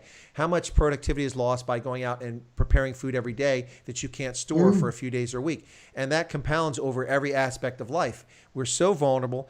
And the reason we exist in this state we are in much of the world with 9+ billion people and such relative prosperity for most people, but not the entire world, is because of the conveniences we have and the things we have in place. But it's all so vulnerable. It could all go away. Electromagnetic pulse could wipe out computers and telecommunications like that globally with an explosion in space, or around the planet, and then we're all back to ground zero. We're never that far removed from the Neanderthal ancestors that many of us had. No, definitely. I mean, in South Africa and in Africa, and I don't know, most probably other countries as well. But here we have people still living in the Stone Age Yep. or Iron Age, and we have people living in the Space Age and the Information Technology Age. And still, one event or one thing like the coronavirus brings everybody down to earth within an instant. No, absolutely. And I Makes everybody equal. Everybody was equal during our lockdown. Well, not everybody. I mean, there's somebody in Pretoria that lives in a lovely presidential mansion, and I don't think his life was affected much. On a hill. Yeah, on a hill. That's right. I don't think his life was affected much. It's affected Donald Trump's life, but the guy is a billionaire. He's doing okay. It's Bill Gates is doing okay on his island in a lake near Seattle. So it's affected people's lives, but a lot of people continue on. I get your point about leveling the playing field. In some respects, to do that. So Christian said, "I'll be nicer. Didn't realize you were so thin-skinned, Chris." Christian, I'm not thin-skinned. I was having a go at you because you were calling me names. You called me a Karen. There's no basis in that. I even addressed you to your conspiracy theories. I didn't forget about you here. So you are welcome to continue to comment. You're welcome to continue with your conspiracy theories, but don't be calling names. I dealt with that earlier today when people were jumping in a stream. And for the first time ever, I booted somebody from a stream when Reese Vanderveld was on because I wasn't going to tolerate that. I think you were there, Christian. You saw me boot whoever Louise was because Louise was acting like a fool and talking about conflict in Angola. I'm talking about reopening a hair salon in South Africa because COVID-19 restrictions are lifted. What does that have to do with the United States not supporting South Africa during Angola?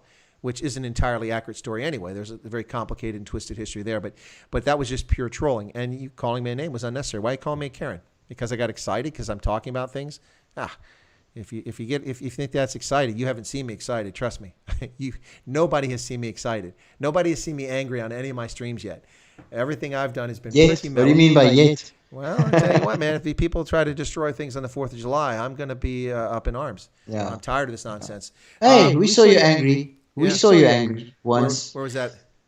when in the south of Johannesburg, people were evicted from land, Oh, the red from government ants. land. The red ants. Yes, yes. I was irritated. I wasn't angry. I said I was yeah, angry. but you used to it. I'm angry now. Yeah. Well, I did say that. But You I are- just you- had to you- mention you- that. You are correct. But I'm on your side yet. Called me out. I did use that phrase, but I was angry as an expression. I was irritated, very irritated, because I'm sick of this. While the ANC blames white South Africans for its failures and blames apartheid and Jan van Riebeck for its failures and what it inherited, and ignores the fact that it actually had corrected some of those deficiencies in the first 5 or 10 years and actually made improvements in South Africa in some areas.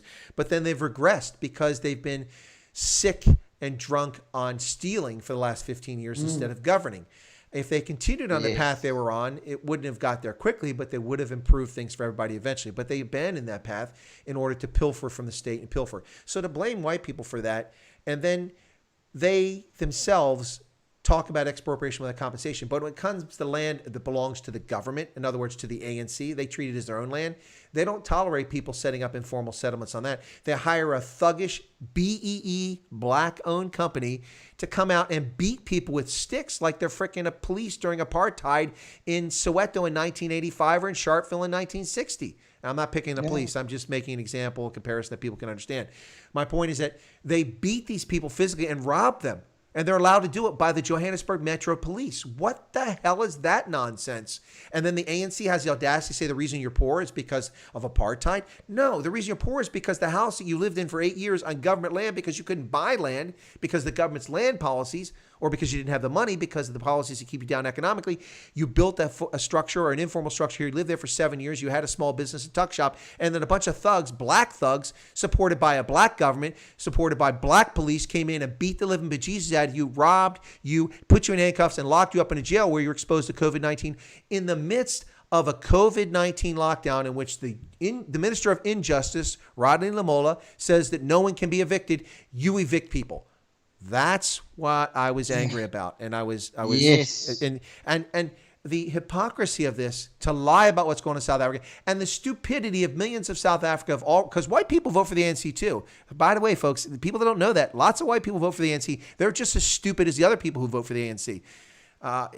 All these people praising the ANC, talking about what a great job it's done in lockdown while they evicted people in the street and left them in the middle of winter or the beginning of winter on the street with nothing. And then they blame white South Africans. It's the nature of whites to be racist, and that's why we have domestic abuse. Are you freaking serious? What are you drinking? He knows that's lies. He knows that triggers people, and he knows that gets him votes in a certain quarter. And that's why Cyril Ramaphosa said it. He's got his $450 billion. He doesn't care about Johan. He doesn't care about Odin. He doesn't care about anybody in the townships. He cares about his friends in the cadres in the ANC, just like ZANU-PF and just like SWAPO, but not nearly. SWAPO is not nearly as bad, but we've seen the corruption creeping into SWAPO too now. Yeah. Well, the moment I drive across the border into Namibia, I just feel safe as hell. Namibians think they have problems. Namibians complain about their lockdown regulations. They haven't been to South Africa, really. No. Yeah. That's true. Yeah. Well, So, we've probably reached a saturation point, although you and I suspect can keep going for hours. So you want to knock off or do you want to go a little bit longer? Well, do we still have viewers? We do. We got 40 people in here, man. And, Hi, guys. And it's not sycophants. Christians in here attacking what we're saying. So we got some people making another case and argument. So it's not just everybody agreeing with us. So we can go longer if you want. I'm in no rush, but I didn't want to keep you too late. I guess Jezelle put El Jezelle to down for the evening, I'm guessing. I don't know who put who to sleep there, but they vanished. They are gone. So we started the stream yesterday. Well, for you, it's still today for me. Okay. Yeah, it's nearly 1 o'clock in the morning here already in Pretoria. I know. But we've got people in Australia watching as well, so it's tomorrow there. Yeah, it's tomorrow there. Well, we're having great fun. I can't believe this started with a concert and then a wrap up. And now we went into politics and all those things, and I'm having great fun. Chris, I would love to do a proper, because it's a thing that I talk about a lot, but I don't want to talk about it now. But I want us to do a stream on who is the Afrikaner. Okay. That must be the topic. And I want to start with the history about 100 years before Jan van Riebeeck, and then we will bring the story through right to today. What do you think? Well, I think it's a good topic. How do you want to do it? You want to do it, or do you know somebody we can bring in, or do you want us to all do it together? Well, I want to talk about it because that's a topic that I've been studying for a very long time. I feel very strongly about it, and I want people to know who is the Afrikaner. I'm very serious about it. Because the Afrikaner don't even know who the Afrikaner is anymore. And I just feel... No, I agree with that. We have people watching from all over the world hearing this Afrikaner thing, so let's tell them. Hey, I have an idea here. So people are with us, say that it's Saturday, no problem. They want to keep going. But someone said they need a break. So why don't we do this? I will play Plek in de Zonne. And we'll all go to the loo and get something to drink and then come back. It'll give us about 3 minutes. And those who don't need to go to the loo or get something to drink, they can just stay and listen to Plek in de Zonne or play in the background, okay? How's that? Okay. Okay, your mic's still going to be on, so don't say anything you don't want to be embarrassed by, because I'm not turning your mic off, okay? I'll mute it just to be safe. Okay, all right. So we're going to play Plek in de Zonne right now, and then we'll all come back after a brief break here, okay, folks? Let me shut the cameras off. After the commercial break. It's a commercial break with great music. So let me turn my camera off, and here comes Plek in de Zonne. Just a moment. I got to get to it. It's here somewhere. There it is. Here we go. All right, folks, enjoy this.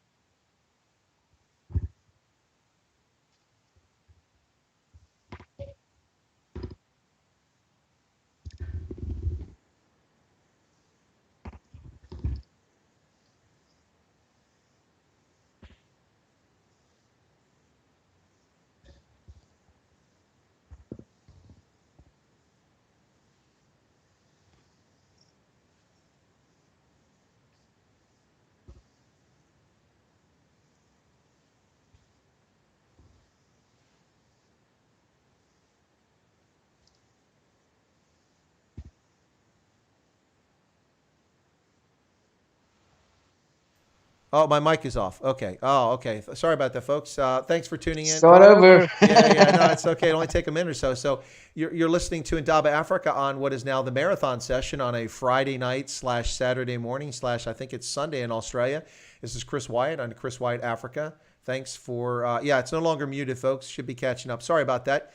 My guest with me right now is Johan IJssel, South Africa's premier magician and illusionist.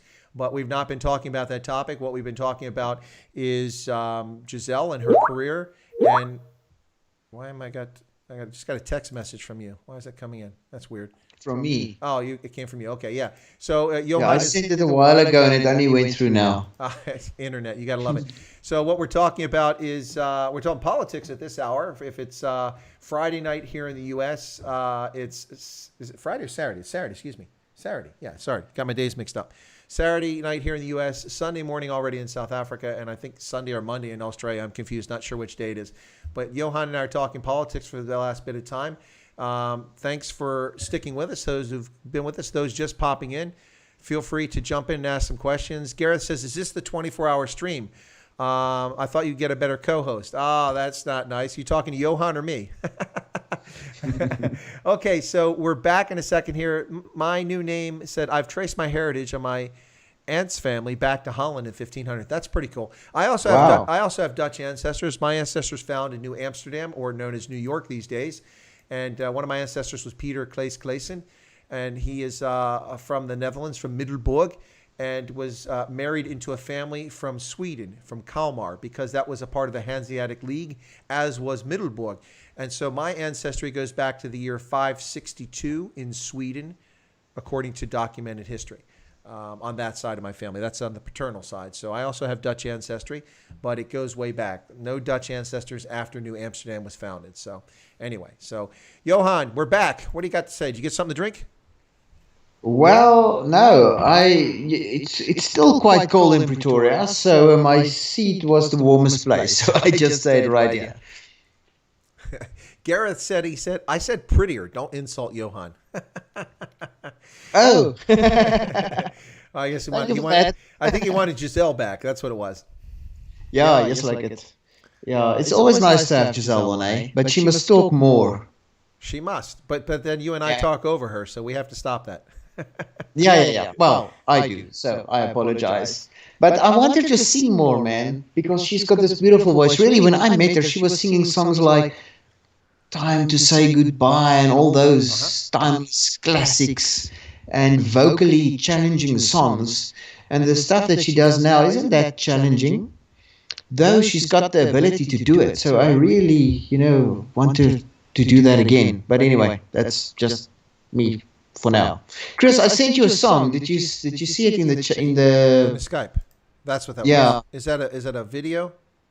It's a very, very old video. Jezelle will kill me if she knows that I even sent this to you. But and I didn't even check if it's the right version. But I want you to have it. You can frame it or you can play it. Okay. Yeah, and I don't know where it downloads, so I clicked on it. I'll have to figure out where it's at later on. But yeah, Mama, he's crazy. Okay. Cool. Yeah. You want me? Have you seen the video? No, I haven't. I downloaded it and I've got it here. So, do you want me to watch it later, or did you want me to play it on here? No. It's up to you. I just sent it to you because I owed you a video, so now you have it. Okay. Well, I'll save it then. We'll save it for later. And once I get a chance to look at it. So, anyway, we'll let Jezelle kill you later. Don't play it when she's around, though. Oh, okay. Yeah. That's funny. That's funny. So Stronger took off. Stronger Together. Have a good night. Thanks for hanging out with us, Stronger Together. Really appreciate it. Glad to have had you here. People talking about their heritage. Those who are Afrikaans or Boers who are on here. The Bruce says he's direct descendant from the general that invented the bicycle corps in the Anglo-Boer War. What he didn't say is whether that was an Englishman or a Boer. Nee? Yeah. Yep. And I'm from Swiss descent. Are you? Can you believe it? Yeah, the land of snow-capped mountains and chocolate. Well, IJssel doesn't seem like a Dutch name, so that makes sense. Yeah. They said the IJssel Lake somewhere in Europe, apparently. Yep. Well, speaking of which, you seem to have an affinity for Switzerland, and I guess it extends to yodeling. Yes, that's something that I would have loved to do, but I've tried and it doesn't work. Have you tried, Chris? Oh, good God, no. Yodeling, no, I've never tried that. I will say that the group that people were asking about when we had the interview, the Ux die Dritten, which was confusing because the gentleman mistyped it, and I thought he was typing Afrikaans. It's actually a Swiss-German name. They're fantastic, and I know that you would like to get them booked in South Africa. And I think they would do very well in South Africa. And I still owe you an email about that. Yeah, you do, but I wasn't telling anybody. That was our secret. It's still our secret. It's just an email. Yeah, but what's this? Chris says, not Jezelle, maybe Alina Kabeva. Who is Alina Kabeva? Who that is? I can't see. I'm not on YouTube yet, so I can't see the. It's spelled. It's Alina, Alina, and then his third name is Kabeava. Kabeva. I don't know. Yeah, I don't know. Oh, he's telling me to Google it. Okay, let me Google it and I'll see what I get. Anyway, yeah. So that's not a name I know. So I guess I don't know everything. Little humility there. Yeah. So I was on Russian honored master sports retired rhythmic gymnast and model. She's from Uzbekistan. She's 37. She's Russian. She's 5'5". She's done acting apparently. And is she married to Putin? I don't know. Anyway, yeah, she's a Russian. Nah, I didn't know her. Okay, interesting. She was in the Duma. Interesting. For 7 years at a very young age. That's who they're looking for. You guys are just having fun with that stuff. Is Dogbreaker here? Oh, there he is. Paul's people, Howard C. Hilligus, 1900 clear talks of the Afrikaners and Boers as two separate groups as well. Yeah, listen, folks. Yes, Afrikaners, Boers. Okay, let go. Stop bifurcating. Stop dividing groups. You know, if ever there was a time that people of South Africa needed to unite, whatever you want to call yourselves, and when I say people of South Africa, I'm not just talking about Afrikaners and Boers and you know and white South Africans. You know, all South Africans. You need to unite against the socialist drivel, and of course. Earlier, Christian was here saying I got the plot wrong on socialism again. No, you weren't listening to what I said. I've already told you what socialism is. It's the state controlling the means of production, and that's what the ANC wants. That's why they love state-owned enterprises, which they can fill full of their incompetent cadres, and they can pilfer from at will, regardless of what they deliver to the public. That's what socialism is, controlling the means of production. And controlling the people is a means to an end, and so is the means of production. And that's what I was talking about earlier. Yeah, so... Anyway, yeah, she's a politician. Okay, well, all right. Well, we looked her up. There you go. Antoinette says, yes, Antoinette's family is French Huguenots. Okay, cool. Well, yeah, that's interesting. Chris, I Googled something a while ago, and it was quite interesting. Did you know that computerized ticketing for events, for instance, was invented by South Africans in 1971 in Benoni? I didn't know that. Okay, now you do. Okay. The speed gun for sports technology was also developed in South Africa. You know what I'm talking about? That thing that measures the speed of an athlete, for instance. In 1992, Henry Johnson invented it for cricket and tennis initially. Okay. Did you want to know that? No, that's interesting. I think you've got my voice in the background there. I'm hearing myself. No, well... Do you have a speaker on there? It sounds fine on my side. Okay, now I don't hear it now, but I heard it for a second. Anyway, so no, I didn't know that. That's interesting. You know, it's inventions are a fascinating thing, and who invents them is really cool, because it's always to try to address a lack of something, or it's creativity to come up with something entirely new that revolutionizes things. So, for instance, the traffic light was a necessity because of traffic incidents and pedestrians being killed. In fact, there was a movement in the United States to ban the automobile at one time because so many pedestrians were being killed by people driving recklessly because there was not an effective system of governance on the roads and how you manage the roads. And people just drove indiscriminately. And so, I mean, it was a serious problem. But the automobile industry lobbied hard and successfully kept the automobile going by spending and pouring lots of money into D.C. to lobby Congress. But the traffic light, if I'm not mistaken, was invented by a black gentleman from Cleveland, Ohio, if I'm not mistaken. The traffic light, the robot. Yeah, I didn't know that. Okay, now I know. Did you know that the automatic pool cleaner, like the creepy crawly and those machines, was invented by a South African called John Robenheimer in the late 1960s? I'm not surprised. You guys got too many damn pools down there. I hate swimming pools. Africa can be a very hot place. Oh, I know. I had a pool in Botswana and I hated it. It cost me more money than I ever wanted to spend on a pool. It was crazy. Cleaning the damn thing all the time. Yep. Yeah, mine is empty at the moment. I'm busy redoing it. Yep. Let's see. So we're gonna do at some point this is the Afrikaners stream. Yes, please. I want people to know who the Afrikaner is, the definition, because not even the Afrikaner people that I talk to know who the Afrikaner is. They say things like, when I ask them, okay, tell me, who is the Afrikaner?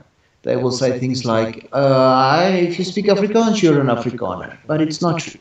You can speak Afrikaans without being an Afrikaner, Chris. Well, no, of course. I mean, in fact, the majority of people who speak Afrikaans as a first language are not Afrikaners. In fact, the Yes. coloreds are the largest group of people as a group that speak the language as a first language. And then you also have about 190,000 black South Africans who speak Afrikaans as his first language. You have over 200,000 Indians, which is a surprisingly large figure, about 240,000 Indians, I think it is, or 260, who speak Afrikaans as a first language. That knocked me for a loop. The first time I ever heard Indians speaking Afrikaans fluently, I almost fell over. I'm like, well, that's crazy. I didn't realize that was the case. There's only a Yeah. million. There's only a million plus Indians, and 200,000 of them speak it. That's crazy. So yeah, the white Afrikaans speaking population is actually a minority in its own language. But of course, it's not just Exactly. it's not their language exclusively, and Mm. that's what gets lost about all the stuff about language of oppression and language of a racist minority. No, it's not. It's a language. It's the second most spoken first language in the country, and it's spoken by lots of people, and predominantly by people who aren't white. You lived in Botswana. Yep. You know that to me, Botswana is not an Afrikaans speaking country. Though, No. when I drive from South Africa through Botswana to Namibia, I must be careful what I say in Afrikaans because people in Botswana understand Afrikaans and even speak Afrikaans as a first language, which I didn't know, Well, by accident. Well, they do, and in fact, there's two reasons for that. Number one is some of the truck boers got into what became Bechuanaland, and that's one of the reasons Yeah. why Bechuanaland came about in the first place, because the Dikosi, the chiefs from the Tswana-speaking tribes in Bechuanaland, were concerned that they were going to be overrun with trekkers, settling the lands and who were in the same business as them. They were cattle herders, so they didn't want that competition. So the British, the timing was right. The Dikosi approached the British and said, "Hey, listen, we're concerned about these guys coming here. Can you help us out?" And the British said, "We'll declare you a protectorate and we'll protect your national interests." And that's how Bechuanaland came into being. And the irony is that Bechuanaland was so unimportant to the British Empire that the capital of the protectorate, which wasn't a colony, wasn't even in Bechuanaland or Botswana. It was in Mafeking. The capital was in Mafeking. Really? Yes. That's how unimportant it was to them. It was in Mafeking. And in 1966, when Botswana gained its independence, it gained it as a country that largely had governed itself internally with almost no interference from British colonial authorities. They just managed its foreign policy, its national defense. And that's the reason why you didn't find more trek boers going into Botswana, because the British said, we're declaring this. And since most trek boers thought of it as a desert, like, okay, that's fine, they went to greener pastures. And so that's slowed down. But some had gotten there, and some came there after it became a protectorate. And so, for instance, the former Minister of Agriculture under Ian Khama is a white Afrikaans-speaking Motswana. He's a Motswana from Botswana, but he's a white man, and his first language is Afrikaans. He also speaks English, and he speaks some Setswana as well.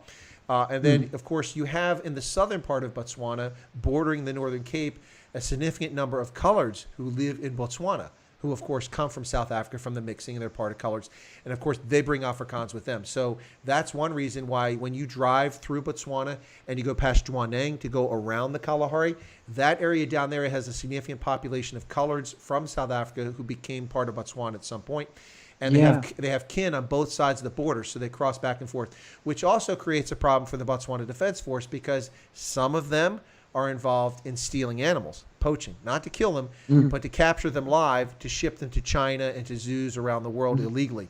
And so in the Kalahari National Park down there, which is Namibia, Botswana, and South Africa, there's a lot of poaching that takes place. Largely, it's a trade done by colored South Africans, but not exclusively. Anyway, so all that's going on. So there you go. Yeah, and I want to add to that in the sense of Namibia. I know that you've given statistics about how many people speak Afrikaans in Namibia and all of that, but my experience is in Namibia, I would say just about everybody speaks Afrikaans. Black, white, everybody. Let me make the distinction, Johan. I said first language speakers, native tongue, mother Yeah, tongue. yeah, I know, yeah. But what I'm saying is, but even first language, the figures that I see on the internet is definitely not what I experienced there.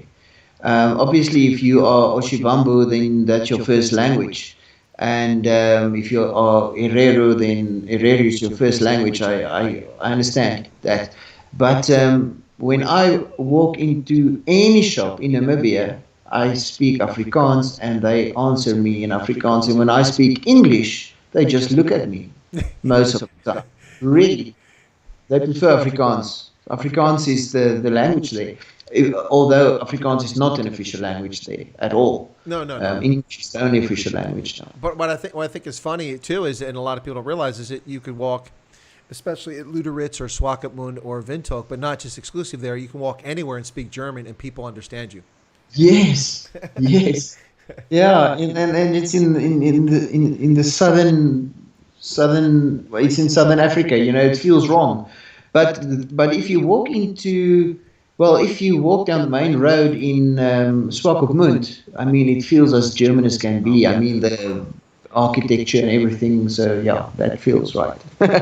No, for me, it's kind of funny because I feel right at home when I'm in Namibia for a lot of reasons. The Afrikaans is part of it, but more so for the German because, I mean, I can just hang out with people who speak German, and it's a lot of fun for me. So it's pretty cool. It's different, and given how small they are as a percentage of the population, the Germans really have outsized influence in that society even to this day. It's Oh fascinating. yes. Yeah, I host concerts in Swakopmund now, in Namibia, but especially in Swakopmund, just about annually. And when we have our meetings to get all the permissions in order and all of that, and once everything is done, everything is in place, ready, we can go start promoting and do the show. The last thing they say is keep the Germans happy, no matter what you do, but keep the Germans happy. So, you know, that kind of opened my eyes. Yeah. And it's in Africa. Yeah. Yep. Yep. Now, almost all traces of the German influence are gone from Togo and from Cameroon. In fact, in Togo, the only influence I saw there was one was genuine, one was artificial. The German Lutheran Church still exists in the capital in Lome, still there. I've been to it. But beyond that, the only other trace I found of Germans that was obvious from walking around and seeing things was that there is a Bavarian restaurant. But that's kind of artificial because that restaurant is not from Germans who were in Togo, but rather from an ethnic German family that lived in Cameroon. And when the French took over Cameroon, they migrated to Togo for some reason, also French speaking. And the parents grew up speaking German and French because the French had taken over those areas. And then their son was running this restaurant called the Alt Bavarian in Lome with German food right down the street from the Mercure Hotel, which is where I was staying. And that hotel, he's ethnic German, 100% by blood, born in Togo, grew up in Togo, but that's the extent of what I could find for German influence. Now, it was funny because I went there for several nights in a row to eat because it was good food, it was close to the hotel, and, I was safe, and it's not always safe there. And I talked to him in German, but his German wasn't particularly good because he's really focused on the French, and German was a second or third language for him, even though he was ethnic German. Like most Germans, they assimilate, in this case in West Africa. But anyway, so one evening when I was there, after I'd been there a couple nights, the phone rang, and he picked it up, and he was trying to speak German to someone on the phone, and I could pick up the conversation. I said, "Excuse me, is that a family or something in Germany?" He goes, "It's my cousin." He told me in French, "It's my cousin in Germany." I said, "You're struggling. Would you like me to be your translator?" So he handed me the phone, and I talked to his cousin in Germany, in German, and then I translated into French for the owner of the restaurant while I was sitting there. Wow. So I got a free meal that night. It was kind of cool. Wow. I forget that you can actually do French because you can't, nobody speaks French. You do French. Don't you agree? Yeah. Well, it's not a language. It's an experience. I wanted to say now, to the one hand, French is the most beautiful language. To the other hand, it's not a language. It's an experience. Exactly. I think so. Yeah, but no, it was fascinating. Togo was an interesting place. Very small country, lots of challenges. Ruled by a despot for decades now, ruled by his son, who's another despot. But the people are interesting. They're really fascinating and curious place to go. So I'm really glad I got a chance to go there. I've never been back since then, but I wouldn't mind going back someday. Interesting place. But it's kind of, I'm not calling it that, but it kind of put me in mind of what a banana republic would be like, on the coast of Africa. This is a banana republic. Togo, interesting experience. But it's also a place where I spent 2.5 hours at the border crossing with my official passport, and I refused to pay a bribe. That's why I spent 2.5 hours there. Despite my official status, they tried to bribe me, and I refused, so they simply wouldn't deal with me. In the end, I paid some guy a few bucks to expedite, and in 10 minutes, I was through the border. Let's see. Yeah. So have you spent a lot of time in Namibia?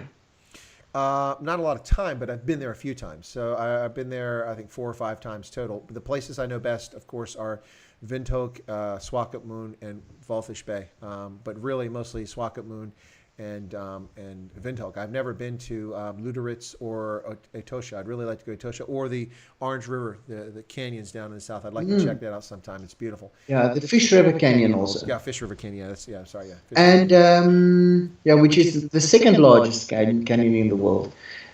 And the Namib Desert is the oldest desert in the world. Did you know that? Yeah, of course you know. Yeah, of course the second largest canyon after the Grand Canyon, which of course is American. It's our erosion. Yeah. Which is nothing compared to the Valles Marineris on Mars, which is massive canyon. We've got nothing on Mars. Yeah, of course. But does that even count? Well, when Elon Musk successfully colonizes Mars, I guess it will count. Can't we do that? Who? Colonize Mars. Well, we're trying. Now that we've got the Falcon 9 SpaceX Crew Dragon capsule successfully into space with humans, just a matter of time before we send a ship to chase down Elon Musk's ego project with his car floating through space with his webcam on it. Yeah. Yeah, but I mean, can't we do it? You and me. I don't know if we have enough money. I mean, Elon Musk has really lowered the cost of entering space, but not that much. We're going to have to get a lot of album sales for Jezelle before we can afford a Mars launch. Yeah, but if you buy that 1,000 albums that you mentioned earlier in the stream, then we're halfway there. I don't think so. Yeah. All right. Well, yeah, go ahead. Yeah, no. I just wanted to end off by saying, yeah, so Namibia is much more Afrikaans than people think, people that haven't been there. And Botswana, surprisingly, same thing. And then Mozambique. Don't forget Mozambique, because that became the holiday destination for South Africans lately. Oh, no, it's been going on for well over 20 years. I mean, since towards the end of apartheid, South Africans discovered it and really, really took to Mozambique as a tourist destination. It's really been interesting to see them do that. And of course, it took it at a good time, because at the end of the Civil War in the early 1990s, Mozambique was finally safe to go back to. And of course, Maputo was in bad shape, and it started to recover with all the foreign assistance going in there and the economy growing. So it's actually an interesting place. People like to go there for outdoor, for camping, for fishing. But I'll tell you, the prawns, oh my God, the prawns are amazing. They're absolutely amazing. Something else. Yeah, they're really something else. There used to be a prawn festival in Komatipoort, which is the border town between South Africa and Mozambique, which is just about an hour's drive from Maputo. The festival was there. They changed the name recently to Lebombo Festival, named after the mountains there. But apparently the prawns in Mozambique is out of this world. That's why they had the festival. No, they are amazing. Well, I think we've reached the saturation point, and the effort to go 24 hours was probably, not that we were trying to do that, but I know some people are still up late at night relaxing, but I think we're going to call it the full point here. So any last comments before you go? But before you do, I wanted to say, shout out to people who are probably not here anymore, but Ronaldo Jos for his super chat early on about kidney stones, and the Bosch Zebra for his super chat as well, and picked up a few subscribers during the stream. So thank you all for that. Thanks to Jezelle for being a guest, and thanks to Johan for which is a stimulating and fascinating discussion from my perspective. And obviously we kept people with us for a long time, so somebody must have enjoyed something, or they just really were bored, and it was good noise to help them fall asleep. But Johan, any parting thoughts before we close for the night? Because it's really late for you. I'm just going to get some dinner when I get off. It's very early for me. It's 1:30 in the morning. Chris, I just want to say thank you very much for this stream. This was a surprise. But I also want to thank you for the other stream that we did on Loving Life, because you played a key part in introducing us to them and to other people all around the world through your streams and promoting Jezelle. Thank you very much for everything that you do for us. And yeah, we'll take it from here, and hopefully we'll be able to return the favor in future. And hopefully you'll be attending once we are allowed to do shows again. A nice festival in Namibia somewhere. That would be cool. Yeah, and I lost track if someone's still here. That site, 254,000 Facebook thing. I think somebody put the stream in there. We'll try to find out what that is, and I had copied here, but now I can't find it. But we'll try to find that site and see if we can't get Jezelle on there. For those who are still with us, thank you so much for being with us. Those of you who were here earlier and went to bed and took a nap and came back, thanks. Antoinette, thanks a lot for sharing Namibia. Having been in Namibia with us, that's cool. Dogbreaker, good to see you. Kermit, Fonz, all you guys. Gareth, lovely to see you here. Christian, if you're still here, keep your trolling. It's entertaining at times. But ask things relevant. Don't just throw, stray voltage out there. That's my job.